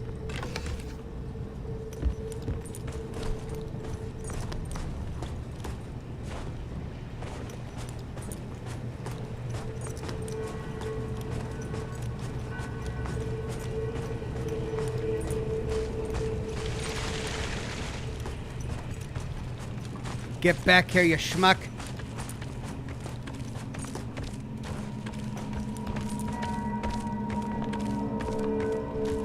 I can't get fast when I get close to them. I can't run up to them.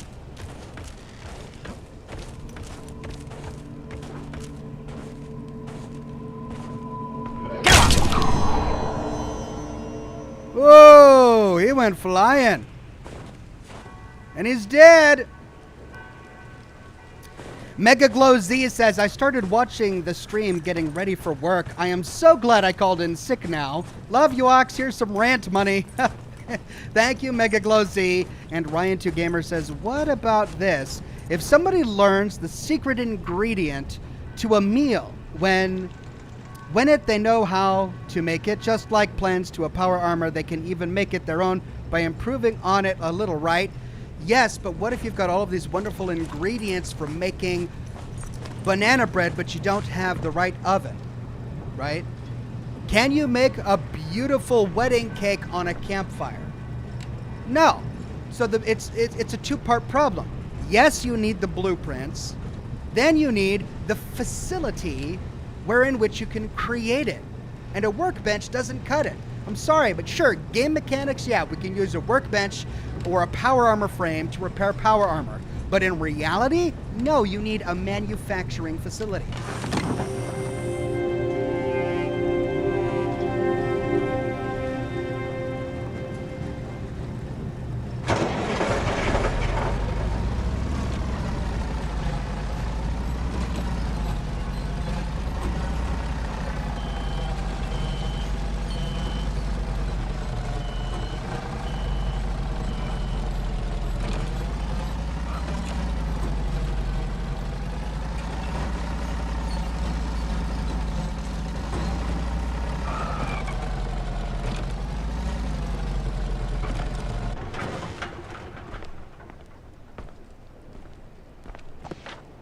Wait a minute, where was the artist's house?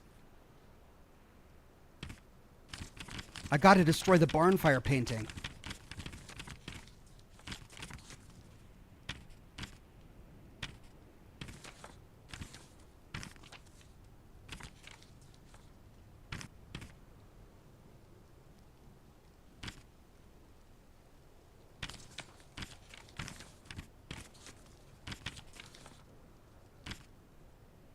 I think it was through the tunnel.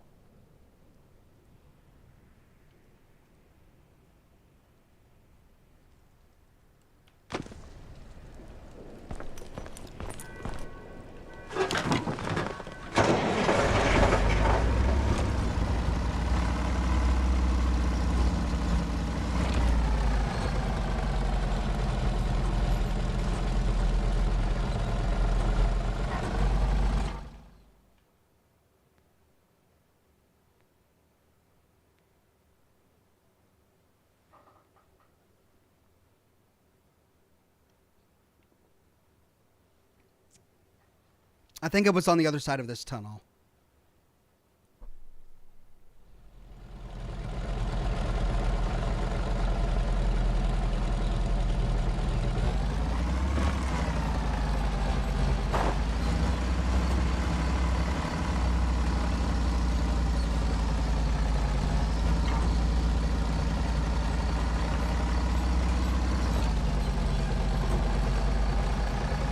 Yes, I think that's it. Oh no.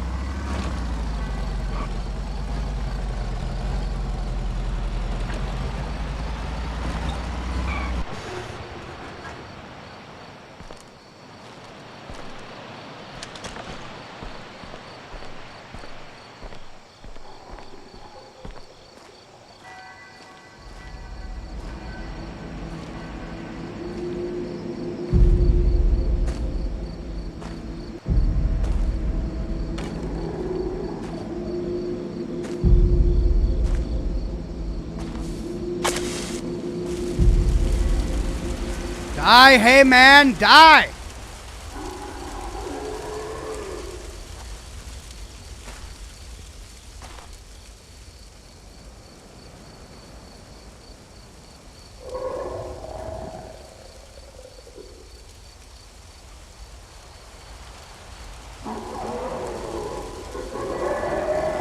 Die! Die, hey man!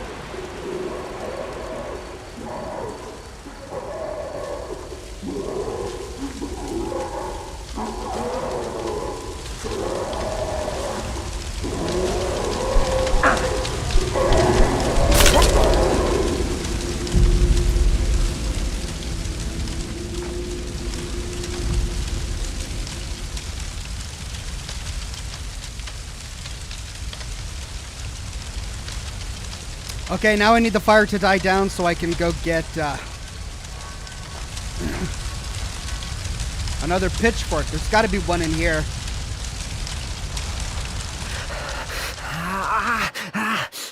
Nah.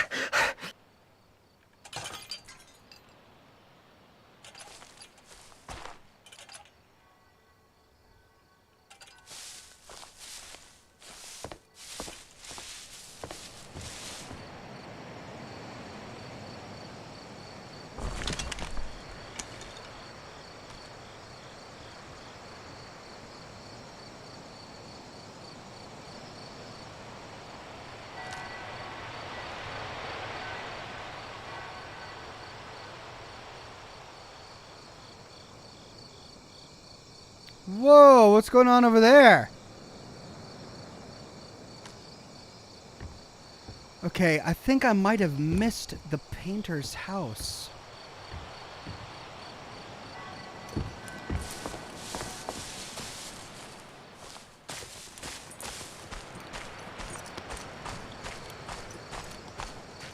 There's a rock slide over here. How do we get past this?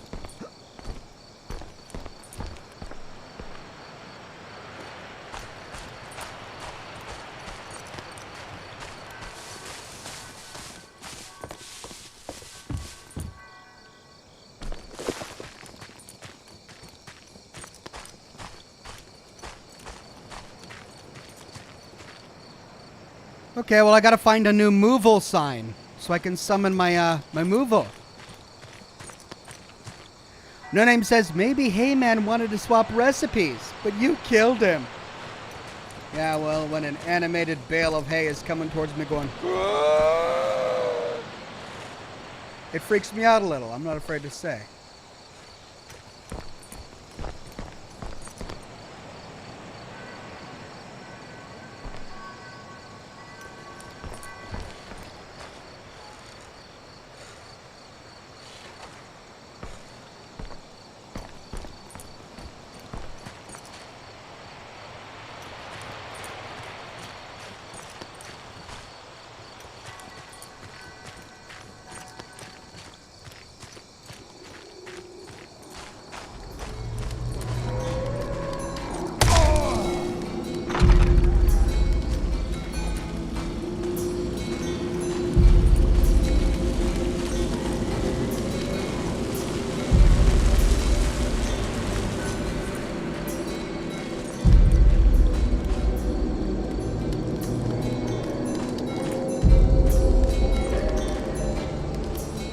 Per parts mewnk.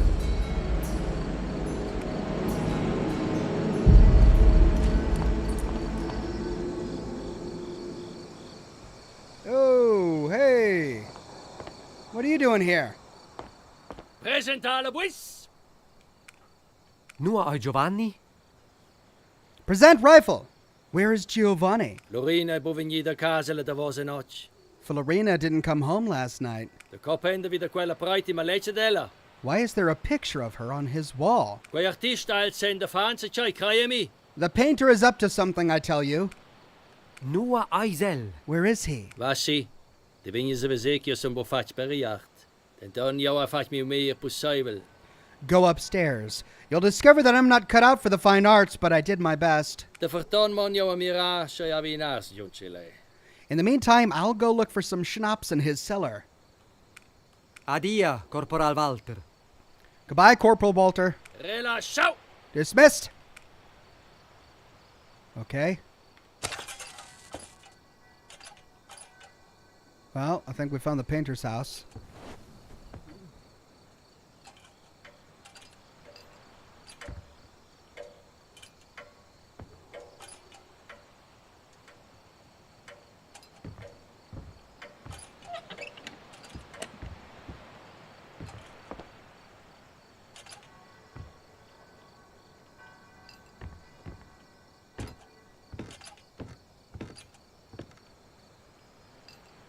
Goat. Just asleep. There we go.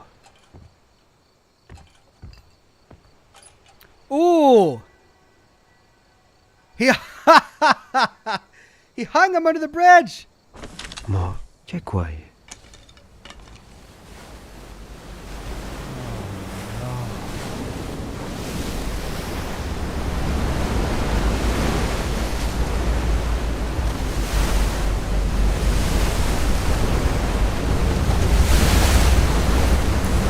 Well, Walter might not be a good painter, but it worked.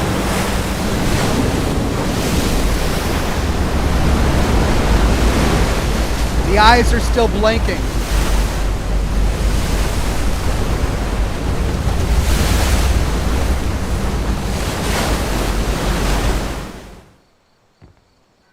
Quella lompa fredda, probabilmente sfurgiata. Io trovo il buella.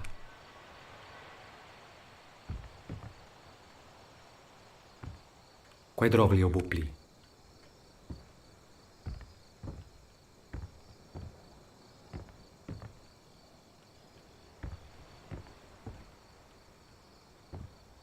Quai gi de nuot pli. Quai gi de nuot pli.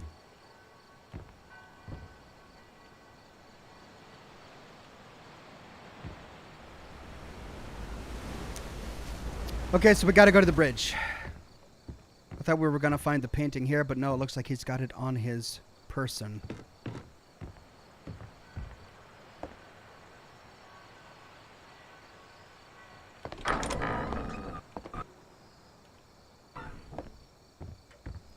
Bummed I can't find that last coffee.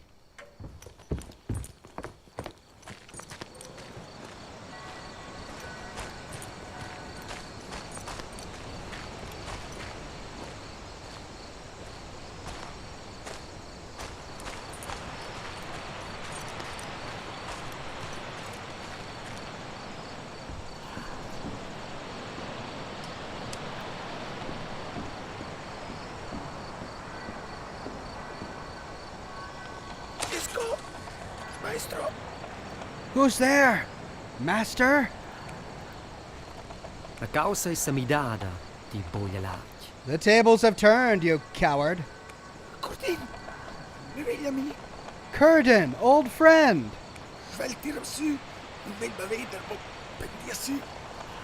Quick, pull me up. That old drunkard assaulted me. De co in nom de Deu de seu tresi dotai. Why on earth would I pull you up?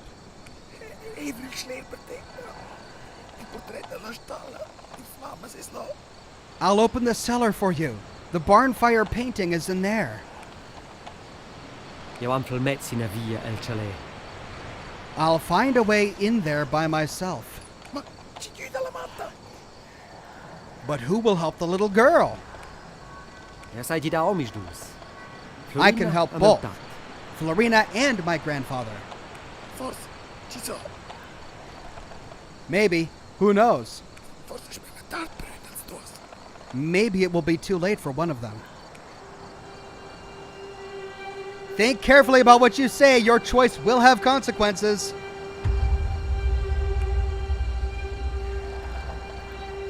Decision, pull him up or cut the rope.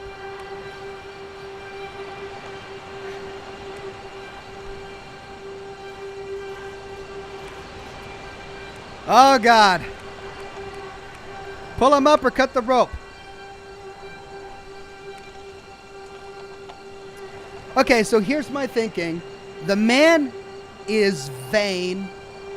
Definitely vain. Made a pact with the devil. But then again, our grandfather made a pact with the devil too. So, does he deserve death? Maybe. Am I this bloodthirsty that I'd rather see him die than save both Florina and my grandfather? No. I'm gonna pull him up. Negin strix di malfacent. Don't try anything, fiend. I'll pull you up. Sarah says, leave him. Don't do either. I couldn't leave. I tried to. I was gonna go save and come back, but once I was locked in this dialogue, I couldn't leave. He says, thank you. Bless you.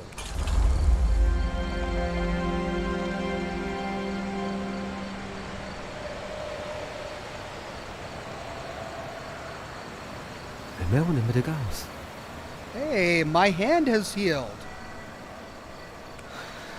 Deus saludaus. Thank God.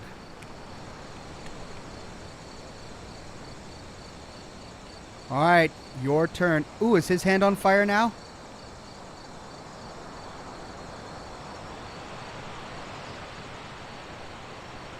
Now help me.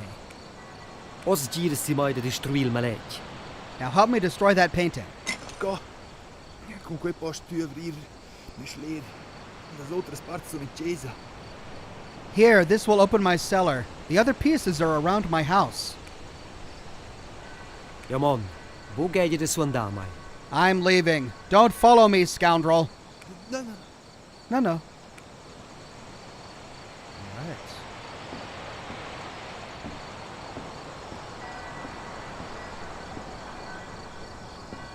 Ja mon, No, no.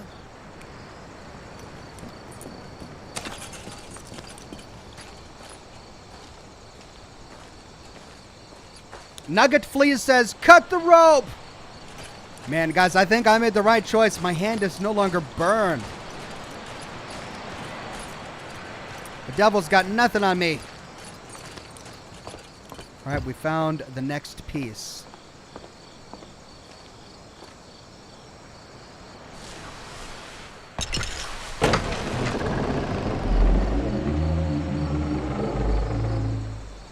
Ominous Creek.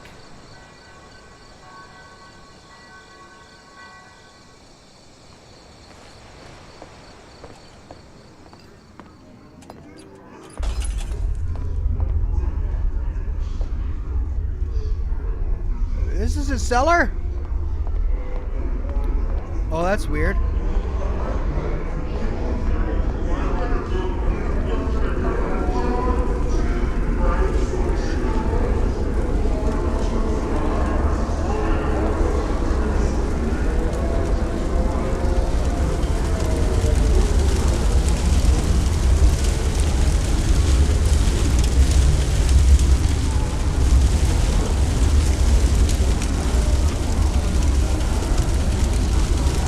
Giovanni Serpentini, deceiver burning to death, oil on canvas.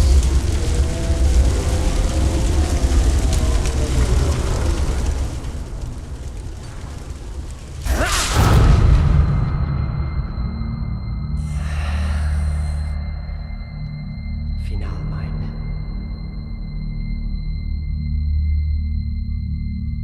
I didn't get what he said. There was no subtitles.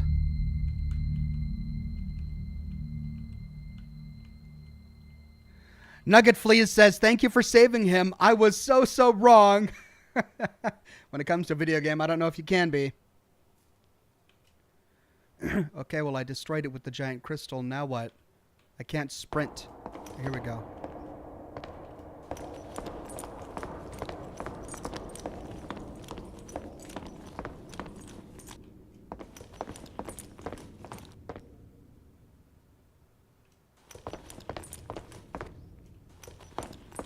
Jag sto sitter Florina en la caplotta stira. I should look for Florina in the dark chapel. Rescue Florina. So presumably Satan has taken Florina because she's a pure soul.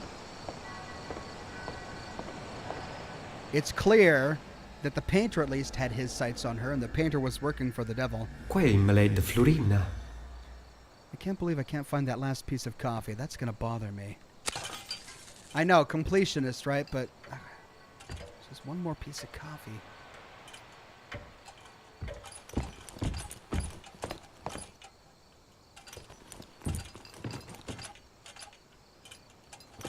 All right, let's go save the girl.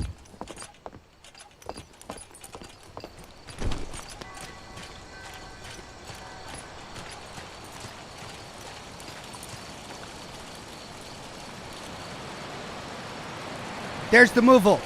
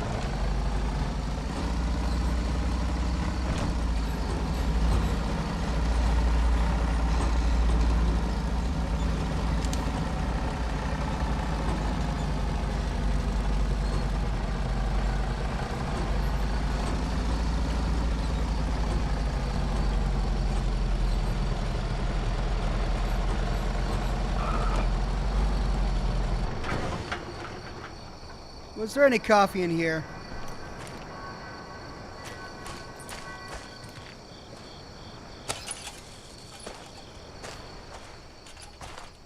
Sin via ti els apparceva la suletta via alla ponna tras la casa da quel pictur.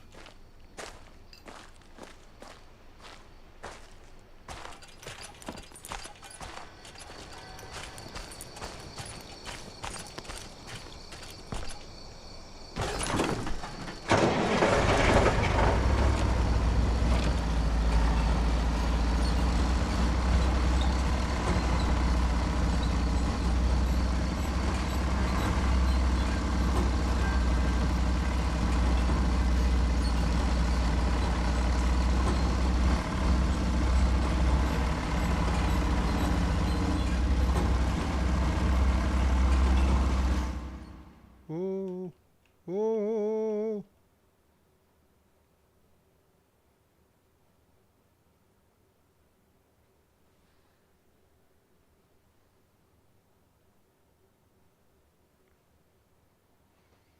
Loading. Almost there.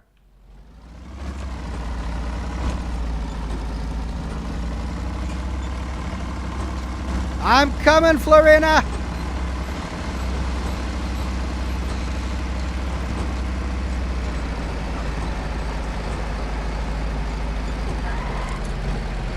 Oh! It's the preacher! What are you doing in the middle of the road, buddy?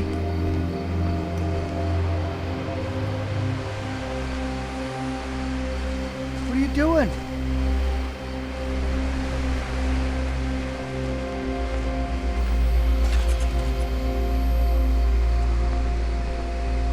You're not gonna speak? Oh, shoot.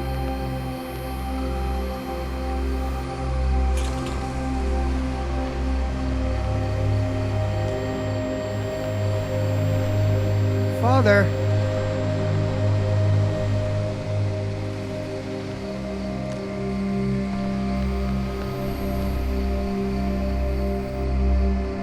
Signor Plevon. Father. vivas. Praise the Lord, you're alive.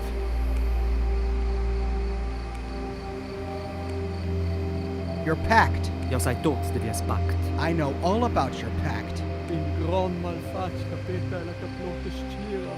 A wicked act is taking place in the dark chapel. He has Florina with him in there. Your job, or taking care of it. Jau so kopešel de quai. I'll take care of it.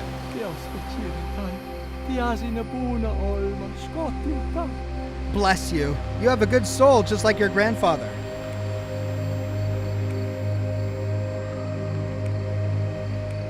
Ures de piael. Time to face him.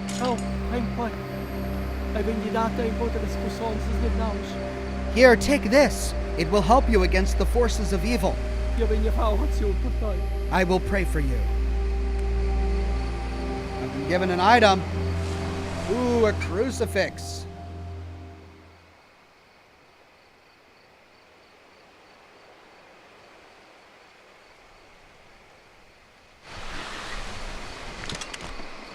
So, how do I use it?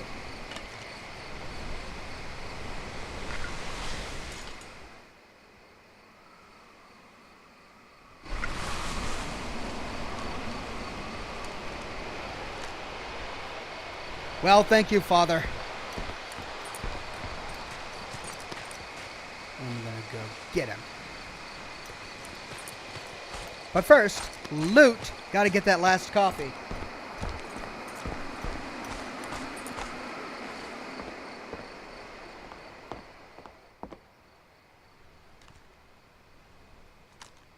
Still haven't figured out that mask thing. Like, what's the point of that?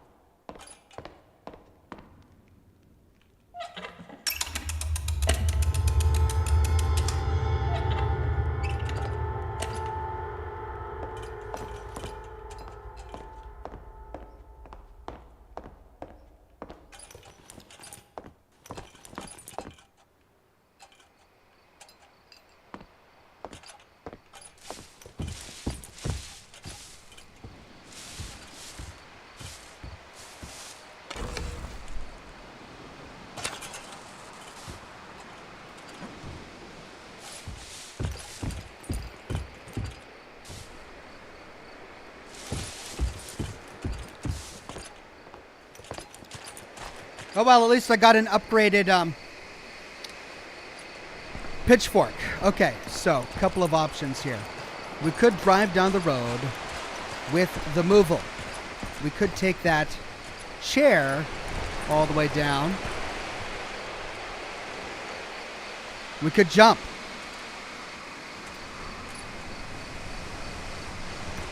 Let's take the chair. We did just save, and if it ends up being too treacherous, we'll find another way.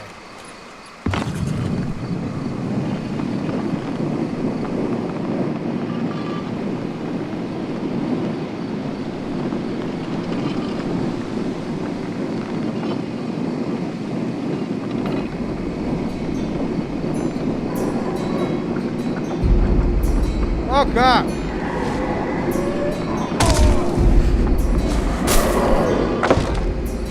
Ah!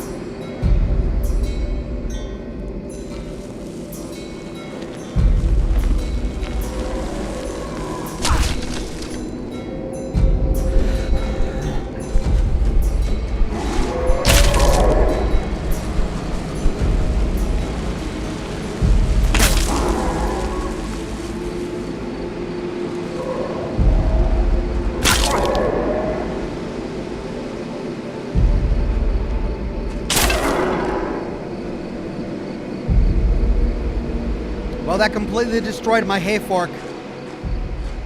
Is there another one around here? Ryan2Gamer says maybe the devil has the last cup of Folgers, lol. Yeah, maybe I get my next cup of coffee from the devil. Hey, there's a new hay fork. Yes. Coffee? Coffee? No coffee? Just need one more coffee. All right. Well, since I decided to come down here, we've got to creep up behind the graveyard. Yeah, I say that and immediately die.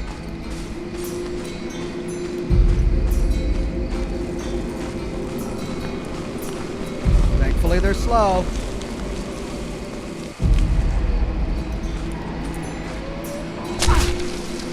They've got long range.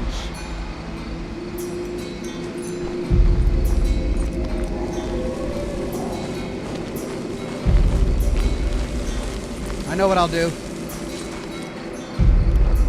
Let's go summon the moval.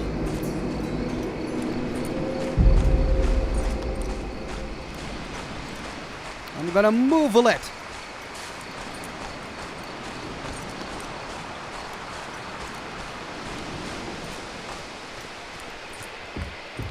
Mover.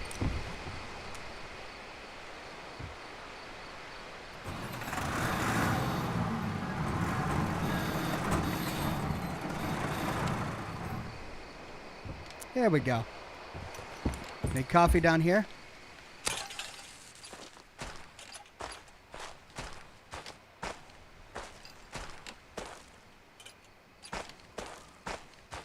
Nope. All right, let's do this thing.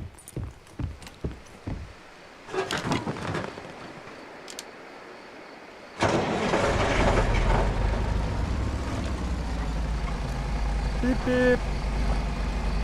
I've got a moval and I'm not afraid to use it.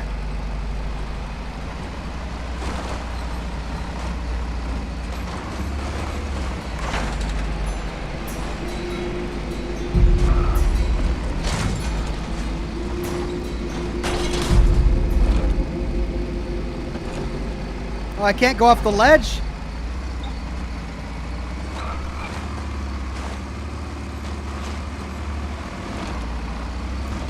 Oh man, I just wanted to kamikaze over the ledge. Is that too much to ask? Move on! Whoa! You've been moved on! Move on! Oh no, I can't. He's on the ledge.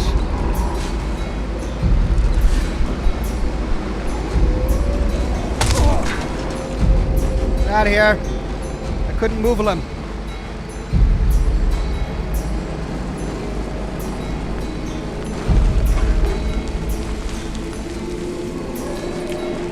Away! Run!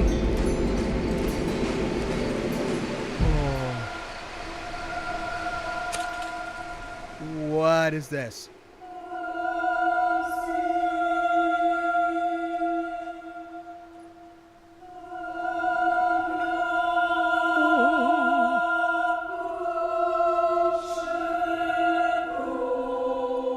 Oh, God.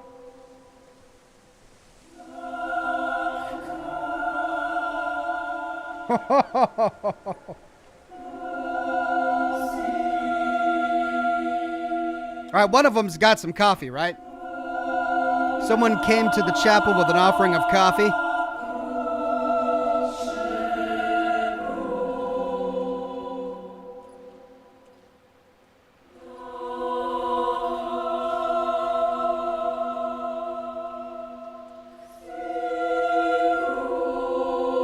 What's at the graveyard?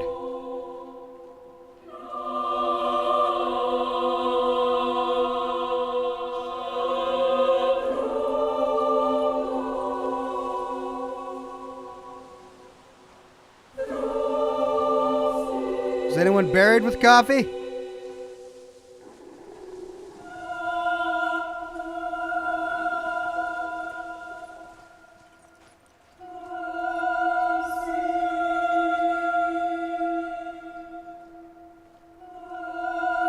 I bet you it was in the devil's house.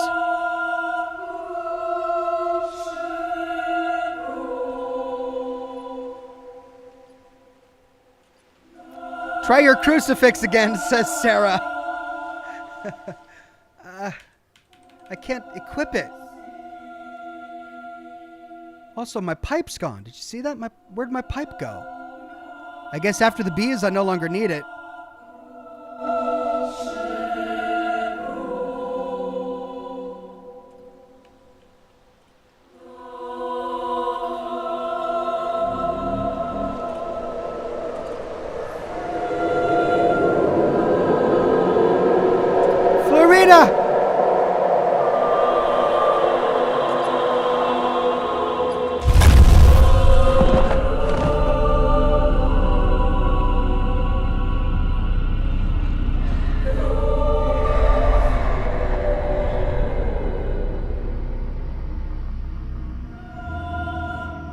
Di demoni, la iels.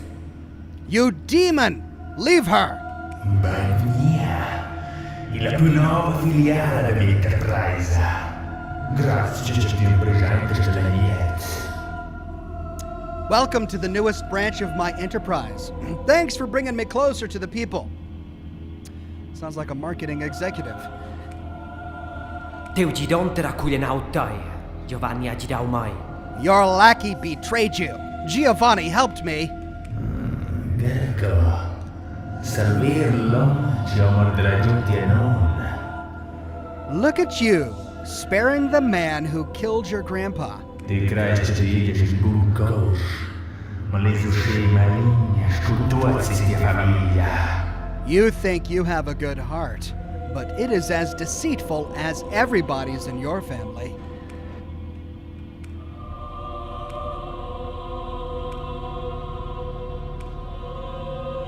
Ja vai destruiu il șmelereu malegi.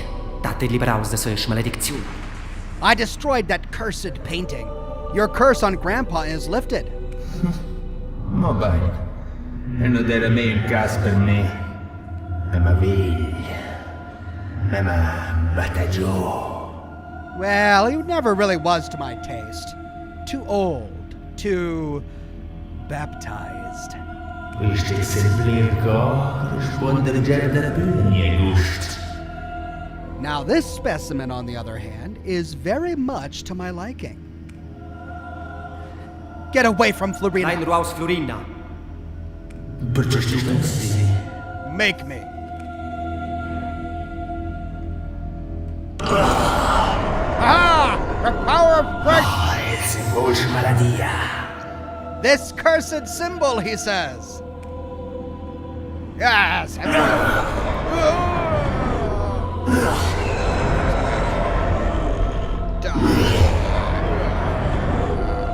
Crucifix. You haven't had enough? I'll show it to you some more.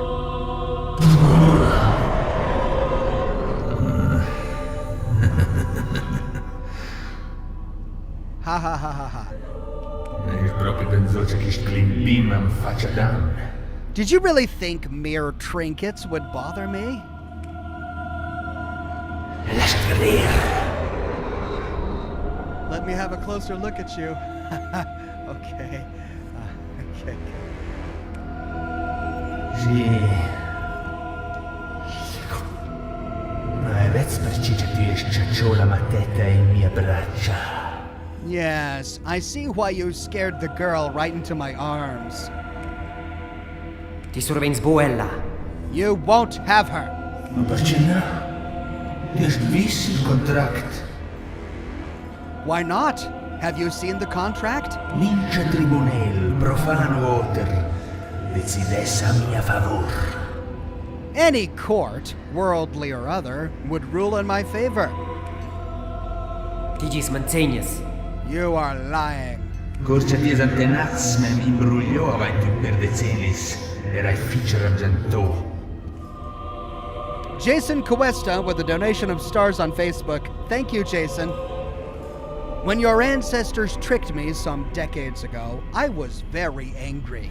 Ma ossa, vezza c'è quella studia, nire da quella. But now I see it was always meant to be like this. Florin, ti non mo imbrugliò. Ossa dei Florin. Una provvidenza. Florin, your grandfather tricked me. Now I end up with Florina. It's destiny. Dus vices duns. Questa d'una sto si destin d'esser da mia part. You have seen her talents. She was always meant to be by my side. Ti bastard korrupt. You foul bastard.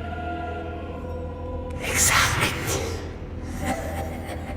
Quite.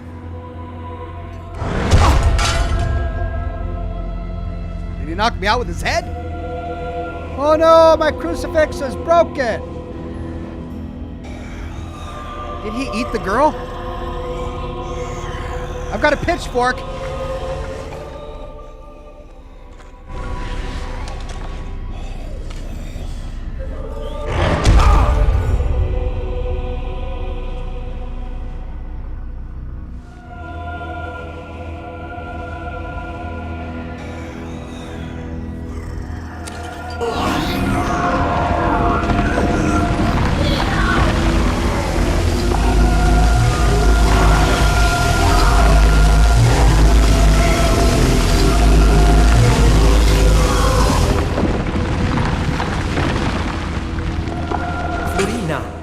Florina!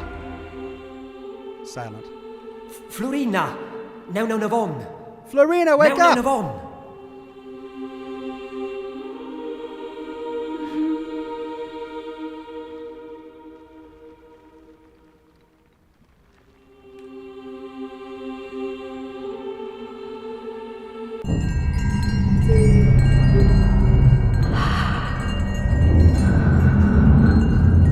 Snow? In a church?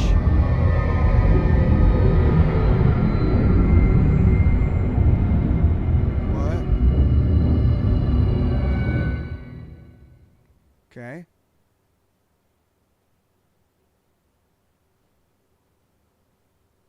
If it rolls to credits right now, I swear, I'm gonna be pissed off. Don't you dare roll to credits.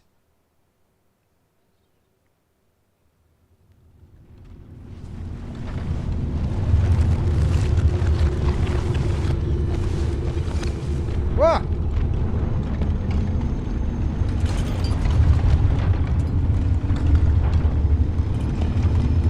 Marina?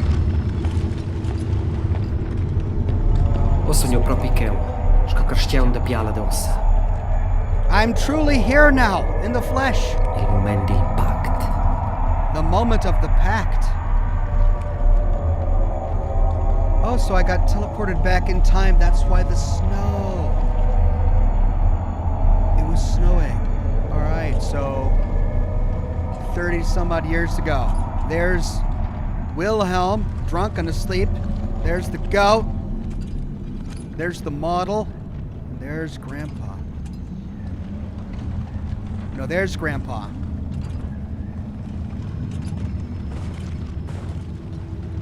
Un'intera armata è pronta per fare l'attacca. It's a whole army getting into position to attack. Coffee? Oh, hey, Satan. Sco diavolo sti nienako. How the hell did you get here? We can foil the pact. Para che ho fetch kaput vies pact. Seems like I'm about to foil your pact. T'avertesh. Nu c'aver in chosas pasedas. I warn you not to mess with events that have already occurred. Las consequences fussen fatelas. The consequences will be dire. Addia ti malfacent. Goodbye, fiend. Ayat te avertia. I warned you.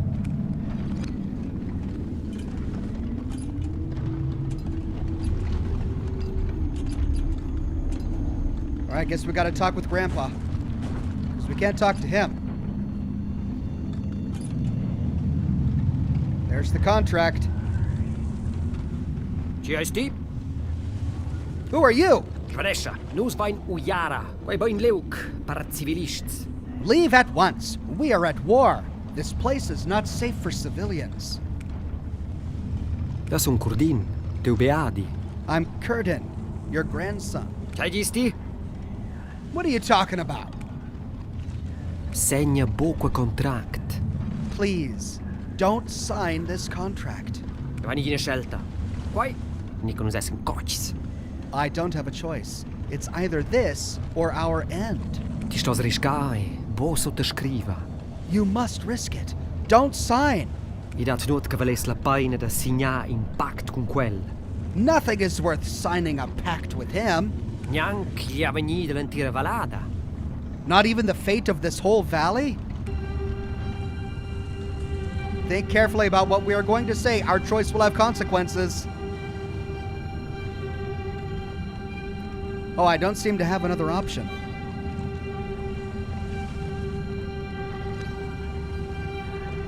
Yeah, I can only choose this one.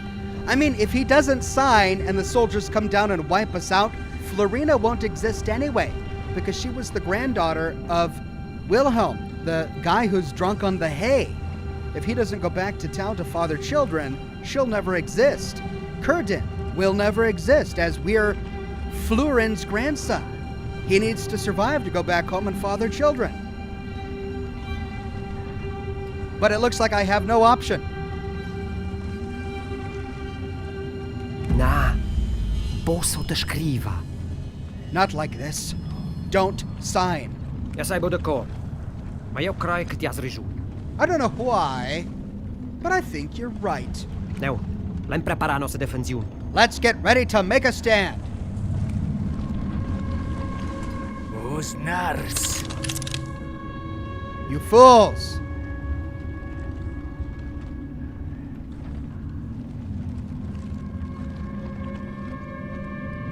Usa esses vos propi pers. You are truly lost now. The devil disappears.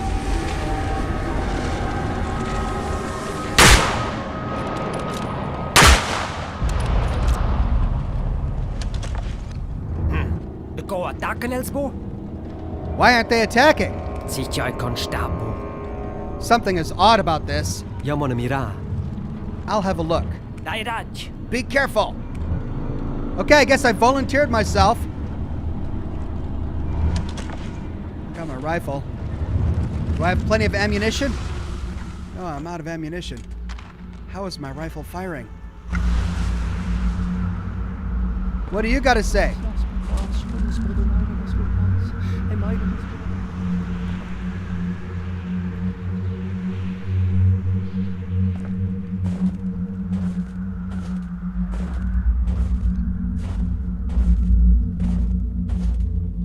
Oh, are they not real people? Are they figments created by the devil?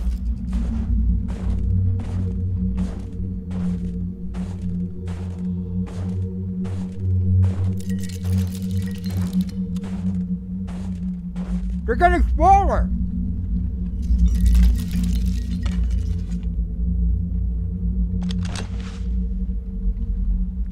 They won't let me use my binoculars. Did you see that? They're getting smaller.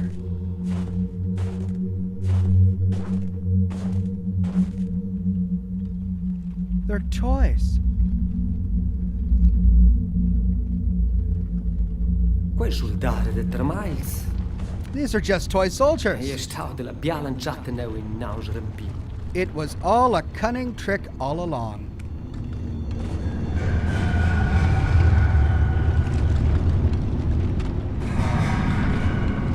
Devil laughing. Oh, that's it. Fade to black.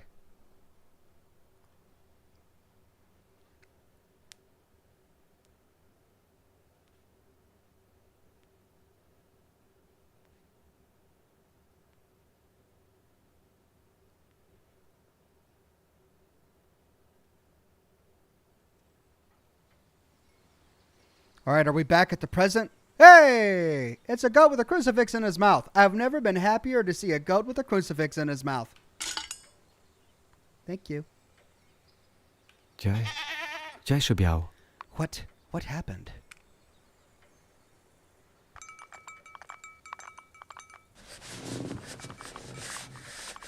Find out what happened. Hey, are we back home? Hey, we're back in grandfather's cabin. This is my childhood bedroom. Grandpa? Grandpa? It's me, Curden. Grandpa? Shall I make you coffee, Grandpa? I need coffee. One more coffee, Grandpa. Grandpa? Where'd he go? It's that one door I haven't been able to get into this entire game. I still can't get into it. What happens if I look in the mirror now?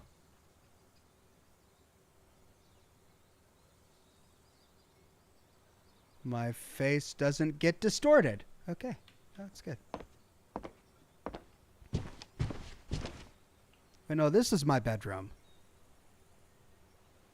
Yeah, this has got the no smoking sign on it because when I was a kid I didn't like smoking. So this is my bedroom. Why was I sleeping in Grandpa's bedroom? And there's the toy soldiers.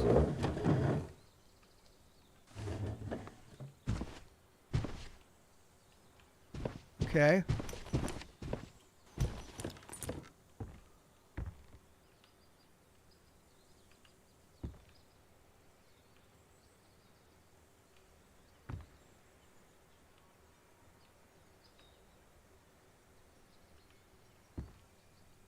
Huh. So nothing left to explore in Grandpa's house.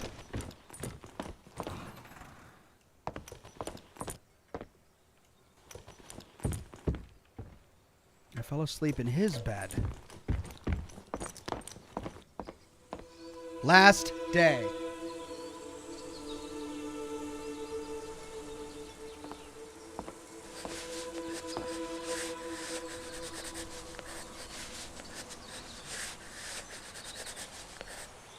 Talk to Jeremiah at the chapel. Visit the burnt barn.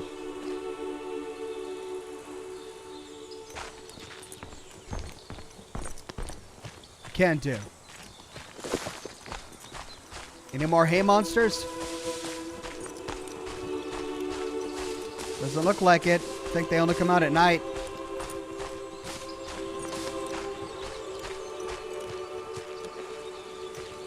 Or did I explore this hut? I don't think I explored it very well. Because when I was last here, there were hay monsters. But there's no coffee here. Alright, let's keep going.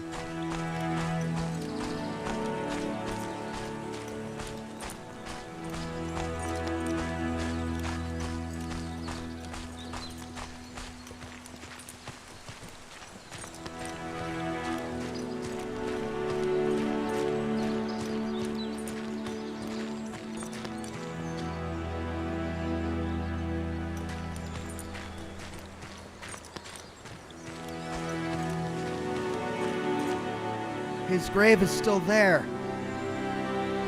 It's still marked Fleurin. Why is his grave still dug? They didn't make the pact. I destroyed the painting and he should be alive.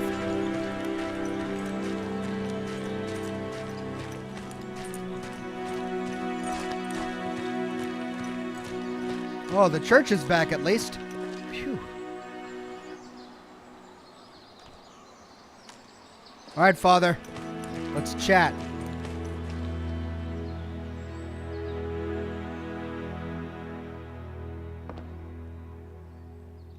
Cordin, io se legal fece de visita e so entre quei temps. Curtin, I'm very happy to see you after all this time. Ti is os enorm giuven. You're a young man now. Io ston mal che le circumstances en bomeieres. I'm sorry that the circumstances couldn't be happier ones.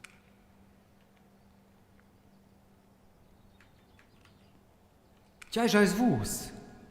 What are you talking about? Perdona, ti has ragione. Io intristi. La sepoltura de testat. Forgive me. You're right. It is a sad day. Your grandfather's funeral. Ti sto se ve che la tu fece pugentai. Please know that he loved you very much. Ce ai scebigliau cuntat? What happened to Grandpa? Elle est morte en paz durant dormi. He died peacefully in his sleep.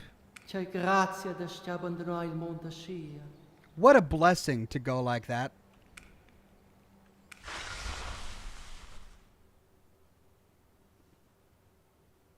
Vus îți dau coiere mi, să recordais bopli.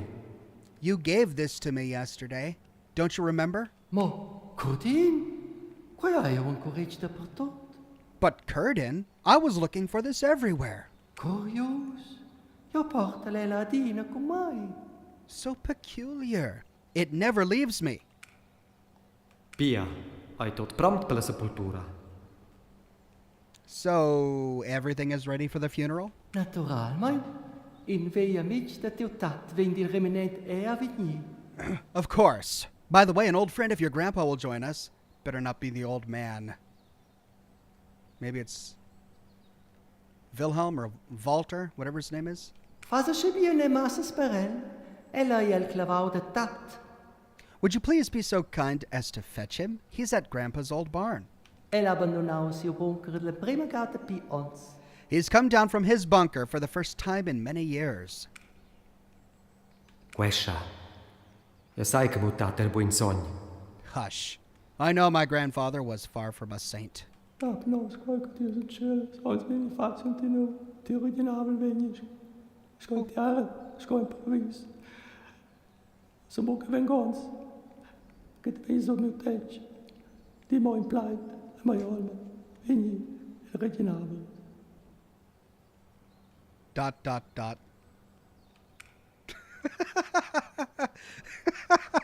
Adia, signor Plevon. Goodbye, Father. Eu segi contai. The Lord be with you. What was that?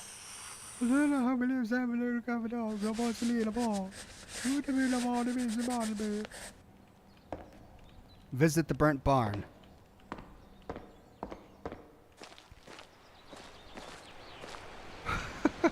I wonder what he was really saying, because it was clear that he was saying something, but we could barely understand that.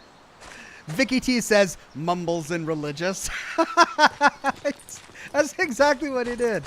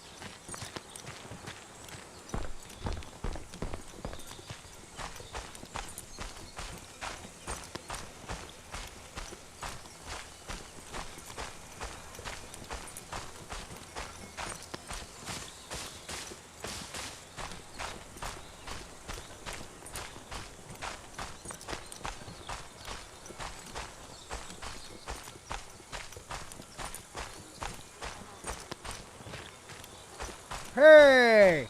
It's not burnt! Maybe I'll find the last coffee here.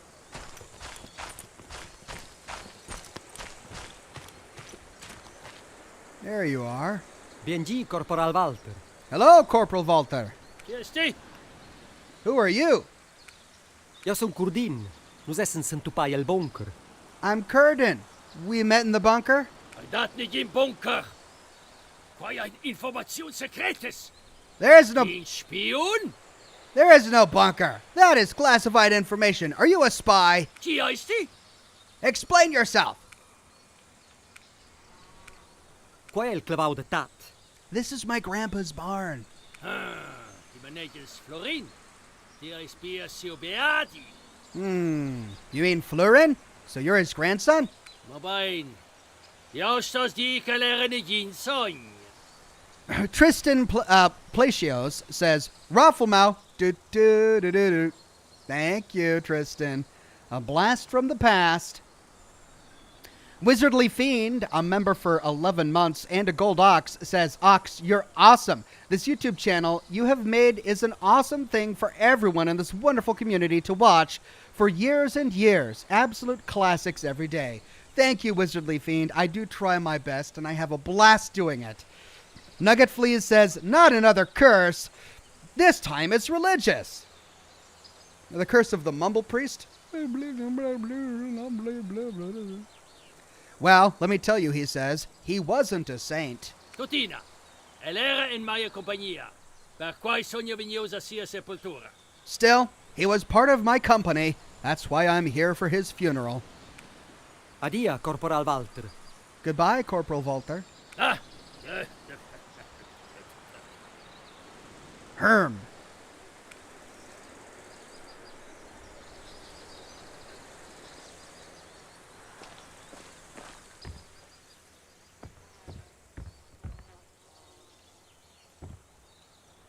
What?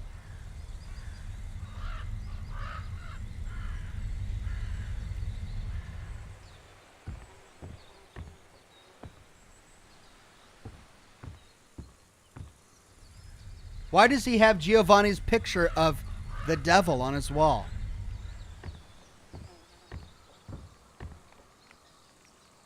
Oh, Grandpa. Oh. Tell me there's one more coffee in here. Coffee? Oh, coffee. Ni gins indezis din feuk, ni can si giai violent fos sciabiau en keu.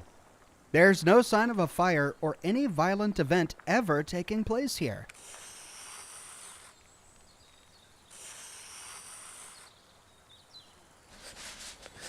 Start the funeral. Talk to Jeremias or Walter. Okay, I mean, I could go all the way back to Jeremias again. Or I could talk to Walter, who's right here. Does it matter? Let's talk to Walter. BNG, Corporal Walter. Hello, Corporal Walter. Ah, tjej. Herm.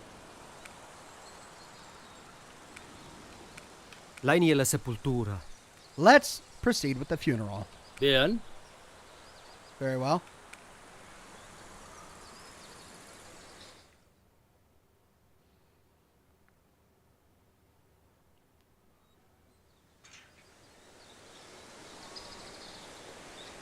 Grandpa?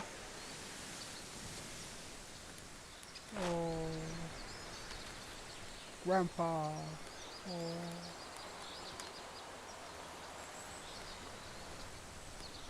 Serena! Of course he's got his schnapps. Good old Walter with his schnapps. Florina? Don't you remember me, Florina? I saved your life, kid. Cordin, no caught your nose. Excuse me. Curden, join us. Ein tot skeu. Is everybody here? Ja, wollte die in per pleits avon canus oder in ella latia. Yes. Do you want to say a few words before we lower him into the ground? Jau diecim per pleits. I'll say a few words. Fai quai afon. Go ahead, child.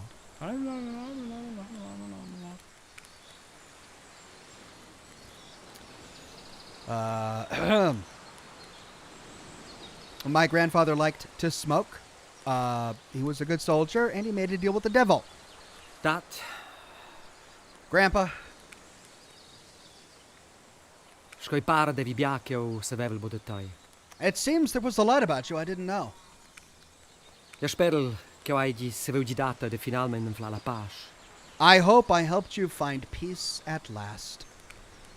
Possa ti olmen fla il ruaus os. May your soul rest now. Ja sono fin. I'm finished. Signor, daia degli ruaus perpetuum.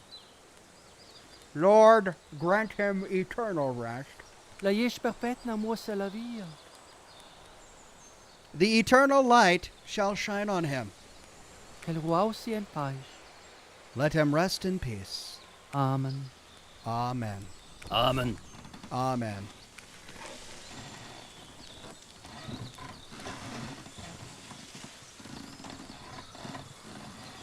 Who's cranking it down?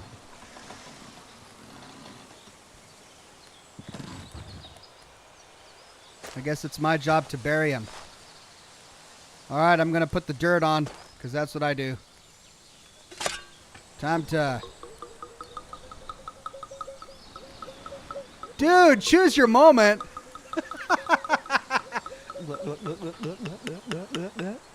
All right.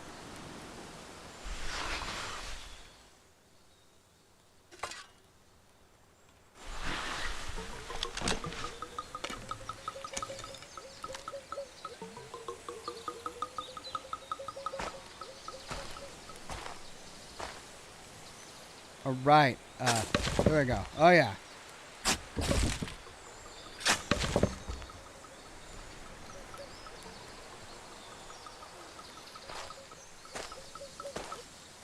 Yeah, that's Grandma's grave. Sorry. Ja ben dum Mundown. I'm leaving Mundown. In Zaraquitao amica ti sei in a bocca gronda. It came to my attention that you are an imposter. C'è son jau? Excuse me? Ti is mai staus in Juldau. Mai. You are not a soldier in our army. Never were. Jau ai mai dec. C'è importi. I never said... Never mind. La bois che ti has portau zauda Juldau Florin. That rifle you're carrying belongs to Soldier Florin. Ti stas portando a voz ella de launo che ti has in gulau ella. You are to return it to where you stole it from at once. Adia, Corporal Walter. Goodbye, Corporal Walter. Lay off the schnapps. Ah!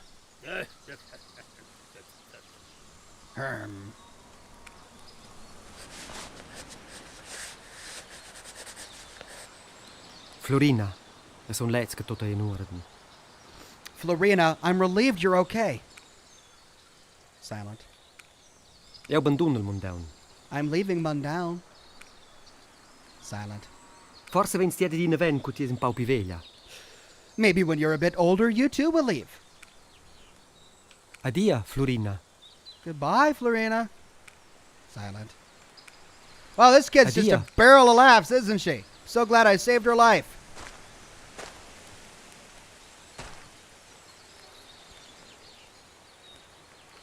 Il jures per mai de di. It's time for me to leave. Ah, push pa in giù al mercao. Back down into the city.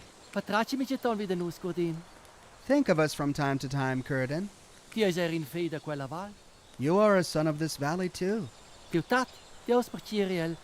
Jeva quaiadina. Your grandpa, God rest his soul, always said so. Adia, signor Plevon. Goodbye, Father. Deus seja contai. The Lord be with you. Leave Mundown by bus. I mean, I can't drive my Movil anymore. Oh, man, I love that thing. Well, I guess this is enough dirt. I can't interact with the dirt anymore. We'll just, we'll call that a day. Yeah, job well done, everybody. We buried the corpse. Completely. Okay, take the rifle or leave the rifle. I mean, screw that Walter guy. He was my grandpa. And I want to keep the rifle. Maybe I want a memento of my time. Of course, maybe there's something waiting for me at the house if I go back to put the rifle back.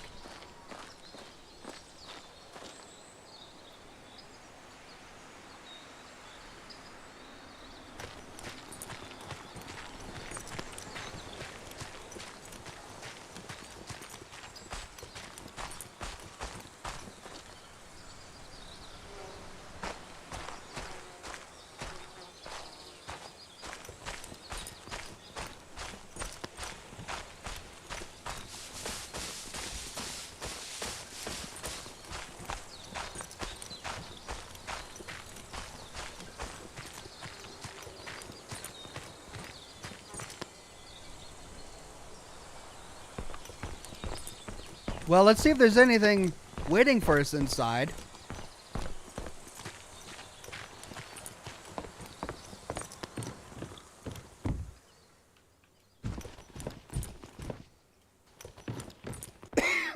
Pardon me. Right, so this is where I'm supposed to leave the rifle. But I don't wanna. I like the rifle. I'm gonna keep it. Keeping the rifle. It's mine. My grandpa's dead. I inherit everything.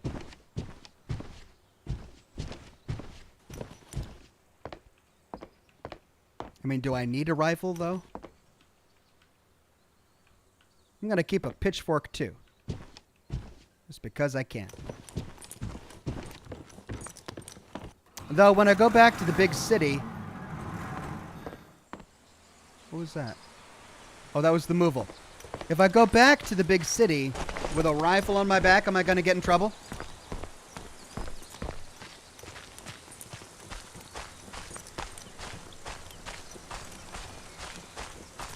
I got to drive it one more time. Last ride of the Movil. Good old Movil.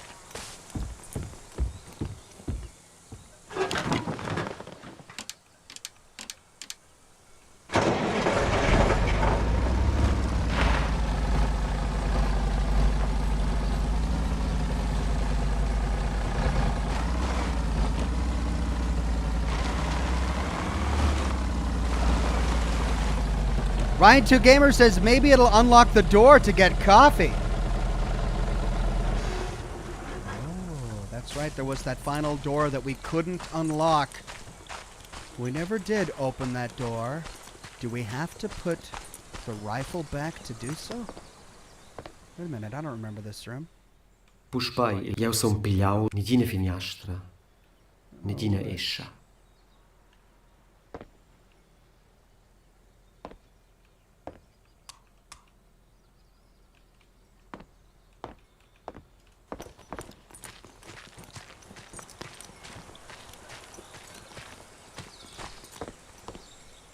Let's save.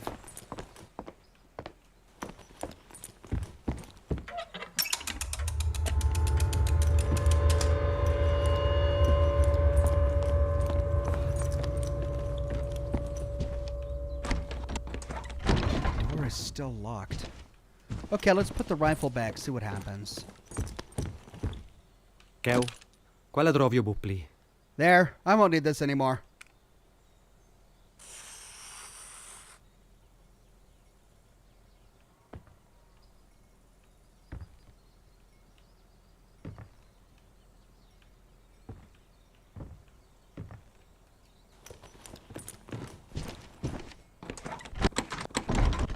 Still doesn't open that door. Why can't I get into that one door?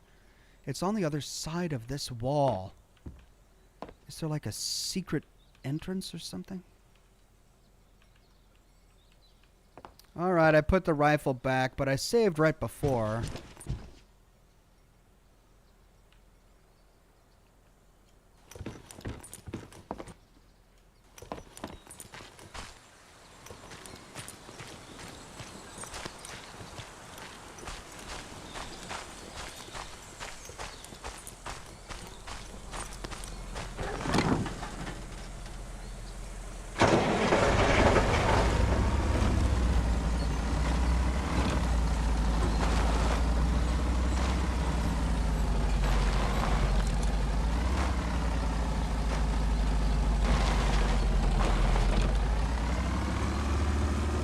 Go! Go!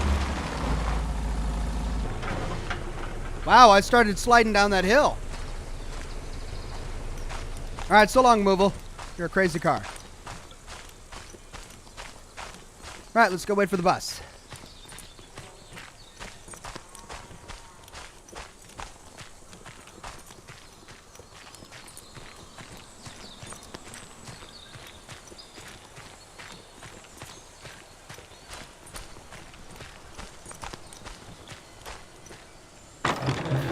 Ja ves bunum en blidau la furcia. I almost forgot about the hay fork. La lleud ves fac els, se poseus cum quella pil mercau en turn. The look on people's faces if I walked around the city with this. Ha ha ha ha ha ha ha. All right, I left the fork.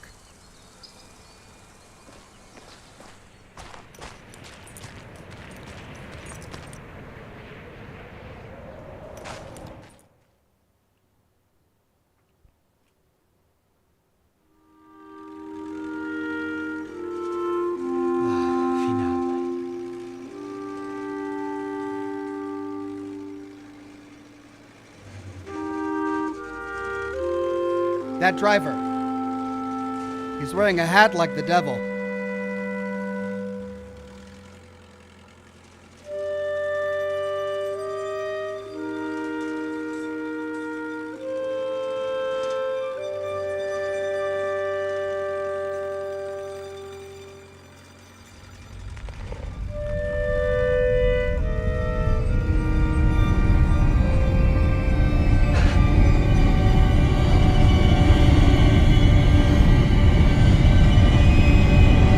Jones! Driver, stop!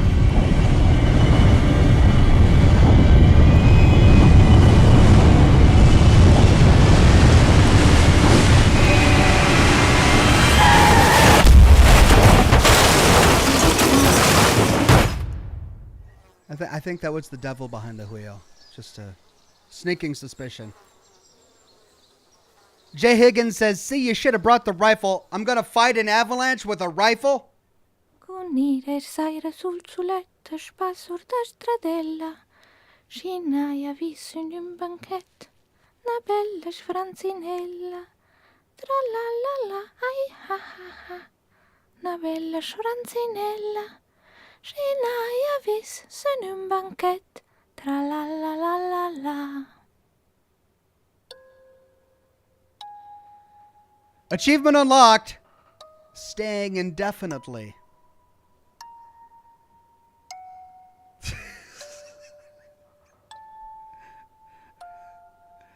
Craig Euler says, terrible ending. Slam and Smitty says, that's it.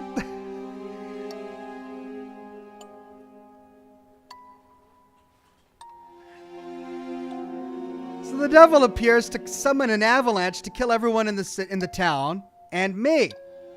Sean Fernango says, your actions have consequences. I guess I should have shot the driver with my rifle.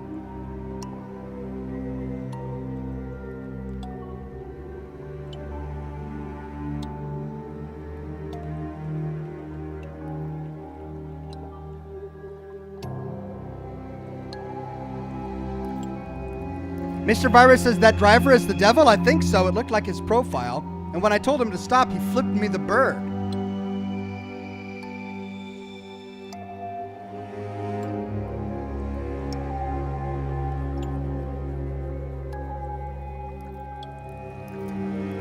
I can't exit this.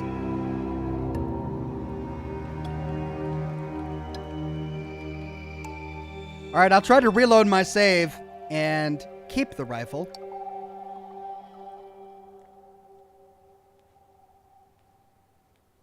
No Name says, yay, we won? I guess. Quintayo says, the devil did warn you there would be consequences. Yeah. I mean, they didn't come for many years, but yeah.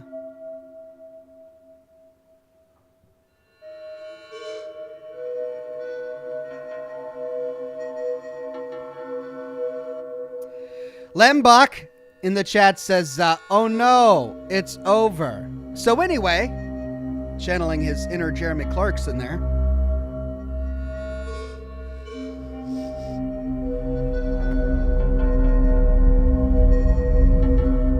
Weird Beard says, man, that ending feels so hollow.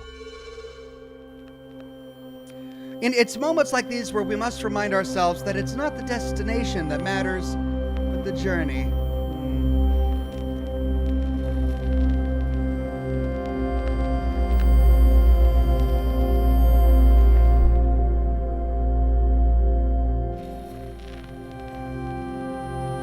Maybe I shouldn't have given him back the crucifix?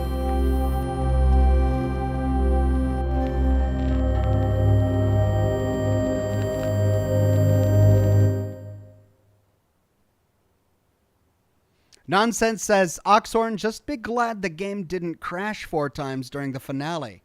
Yeah. We've definitely all been there, and I've been there on multiple occasions trying to broadcast live. Okay. I gotta figure out.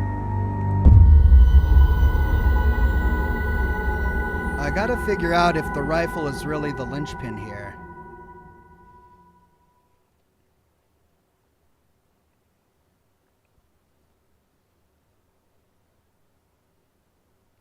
Ranker says there are 5 different endings. To not be killed by the avalanche, you need to sign the pact and rescue the painter.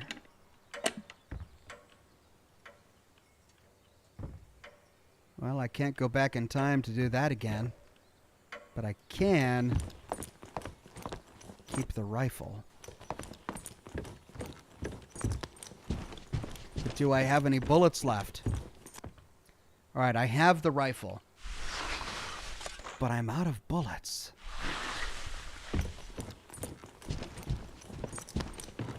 Let's see if leaving with the rifle does anything.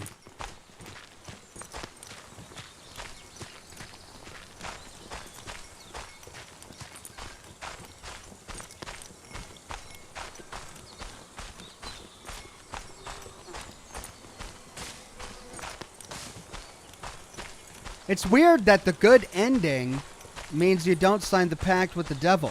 I mean, what's the point in going back in time to interfere with the plan if we just choose to let the past continue as it was?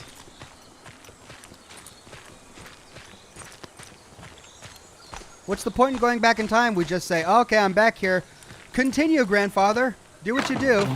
Ja, wees boenemen en blidauw la lleu. All right, we leave the hay fork, but I've got my rifle. Can I shoot the devil?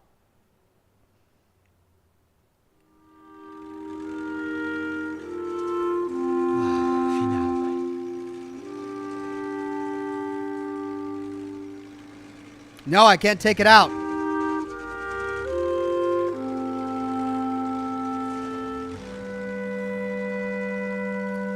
There's the goat.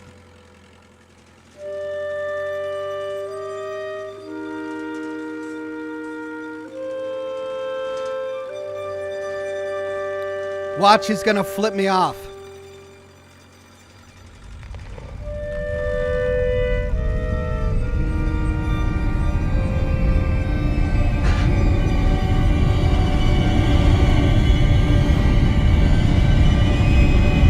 Jones, de neri.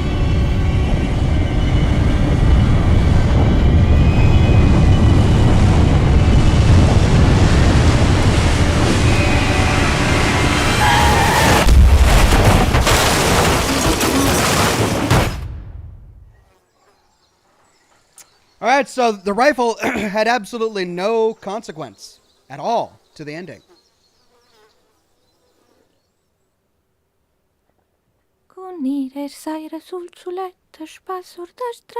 What's with this song? Can anyone translate it?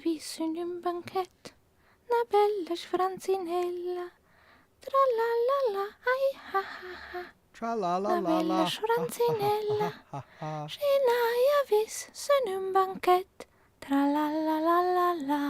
Finally, the kid speaks.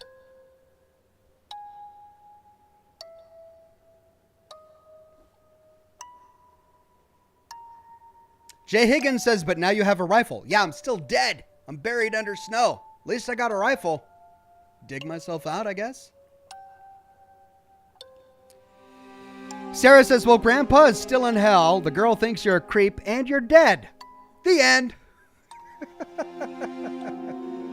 I'm really curious about the other endings. I wonder if I can find them.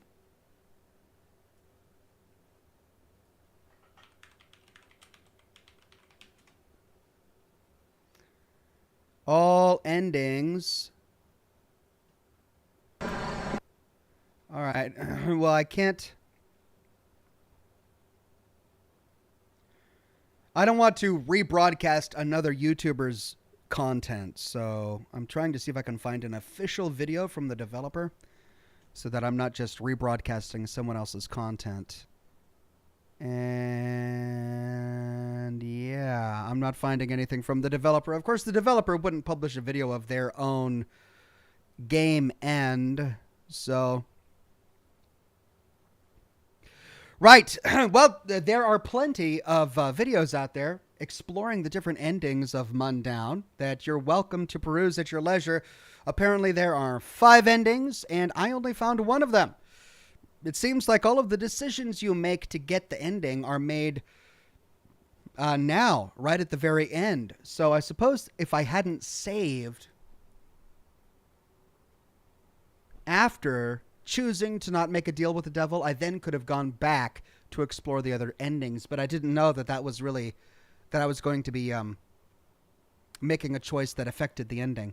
Julian Z says, Ox, now that the game is over, I feel safe in asking with your explanation of power armor. Does Raider power armor fall into the non-lore friendly, or does it still fit into the lore somehow?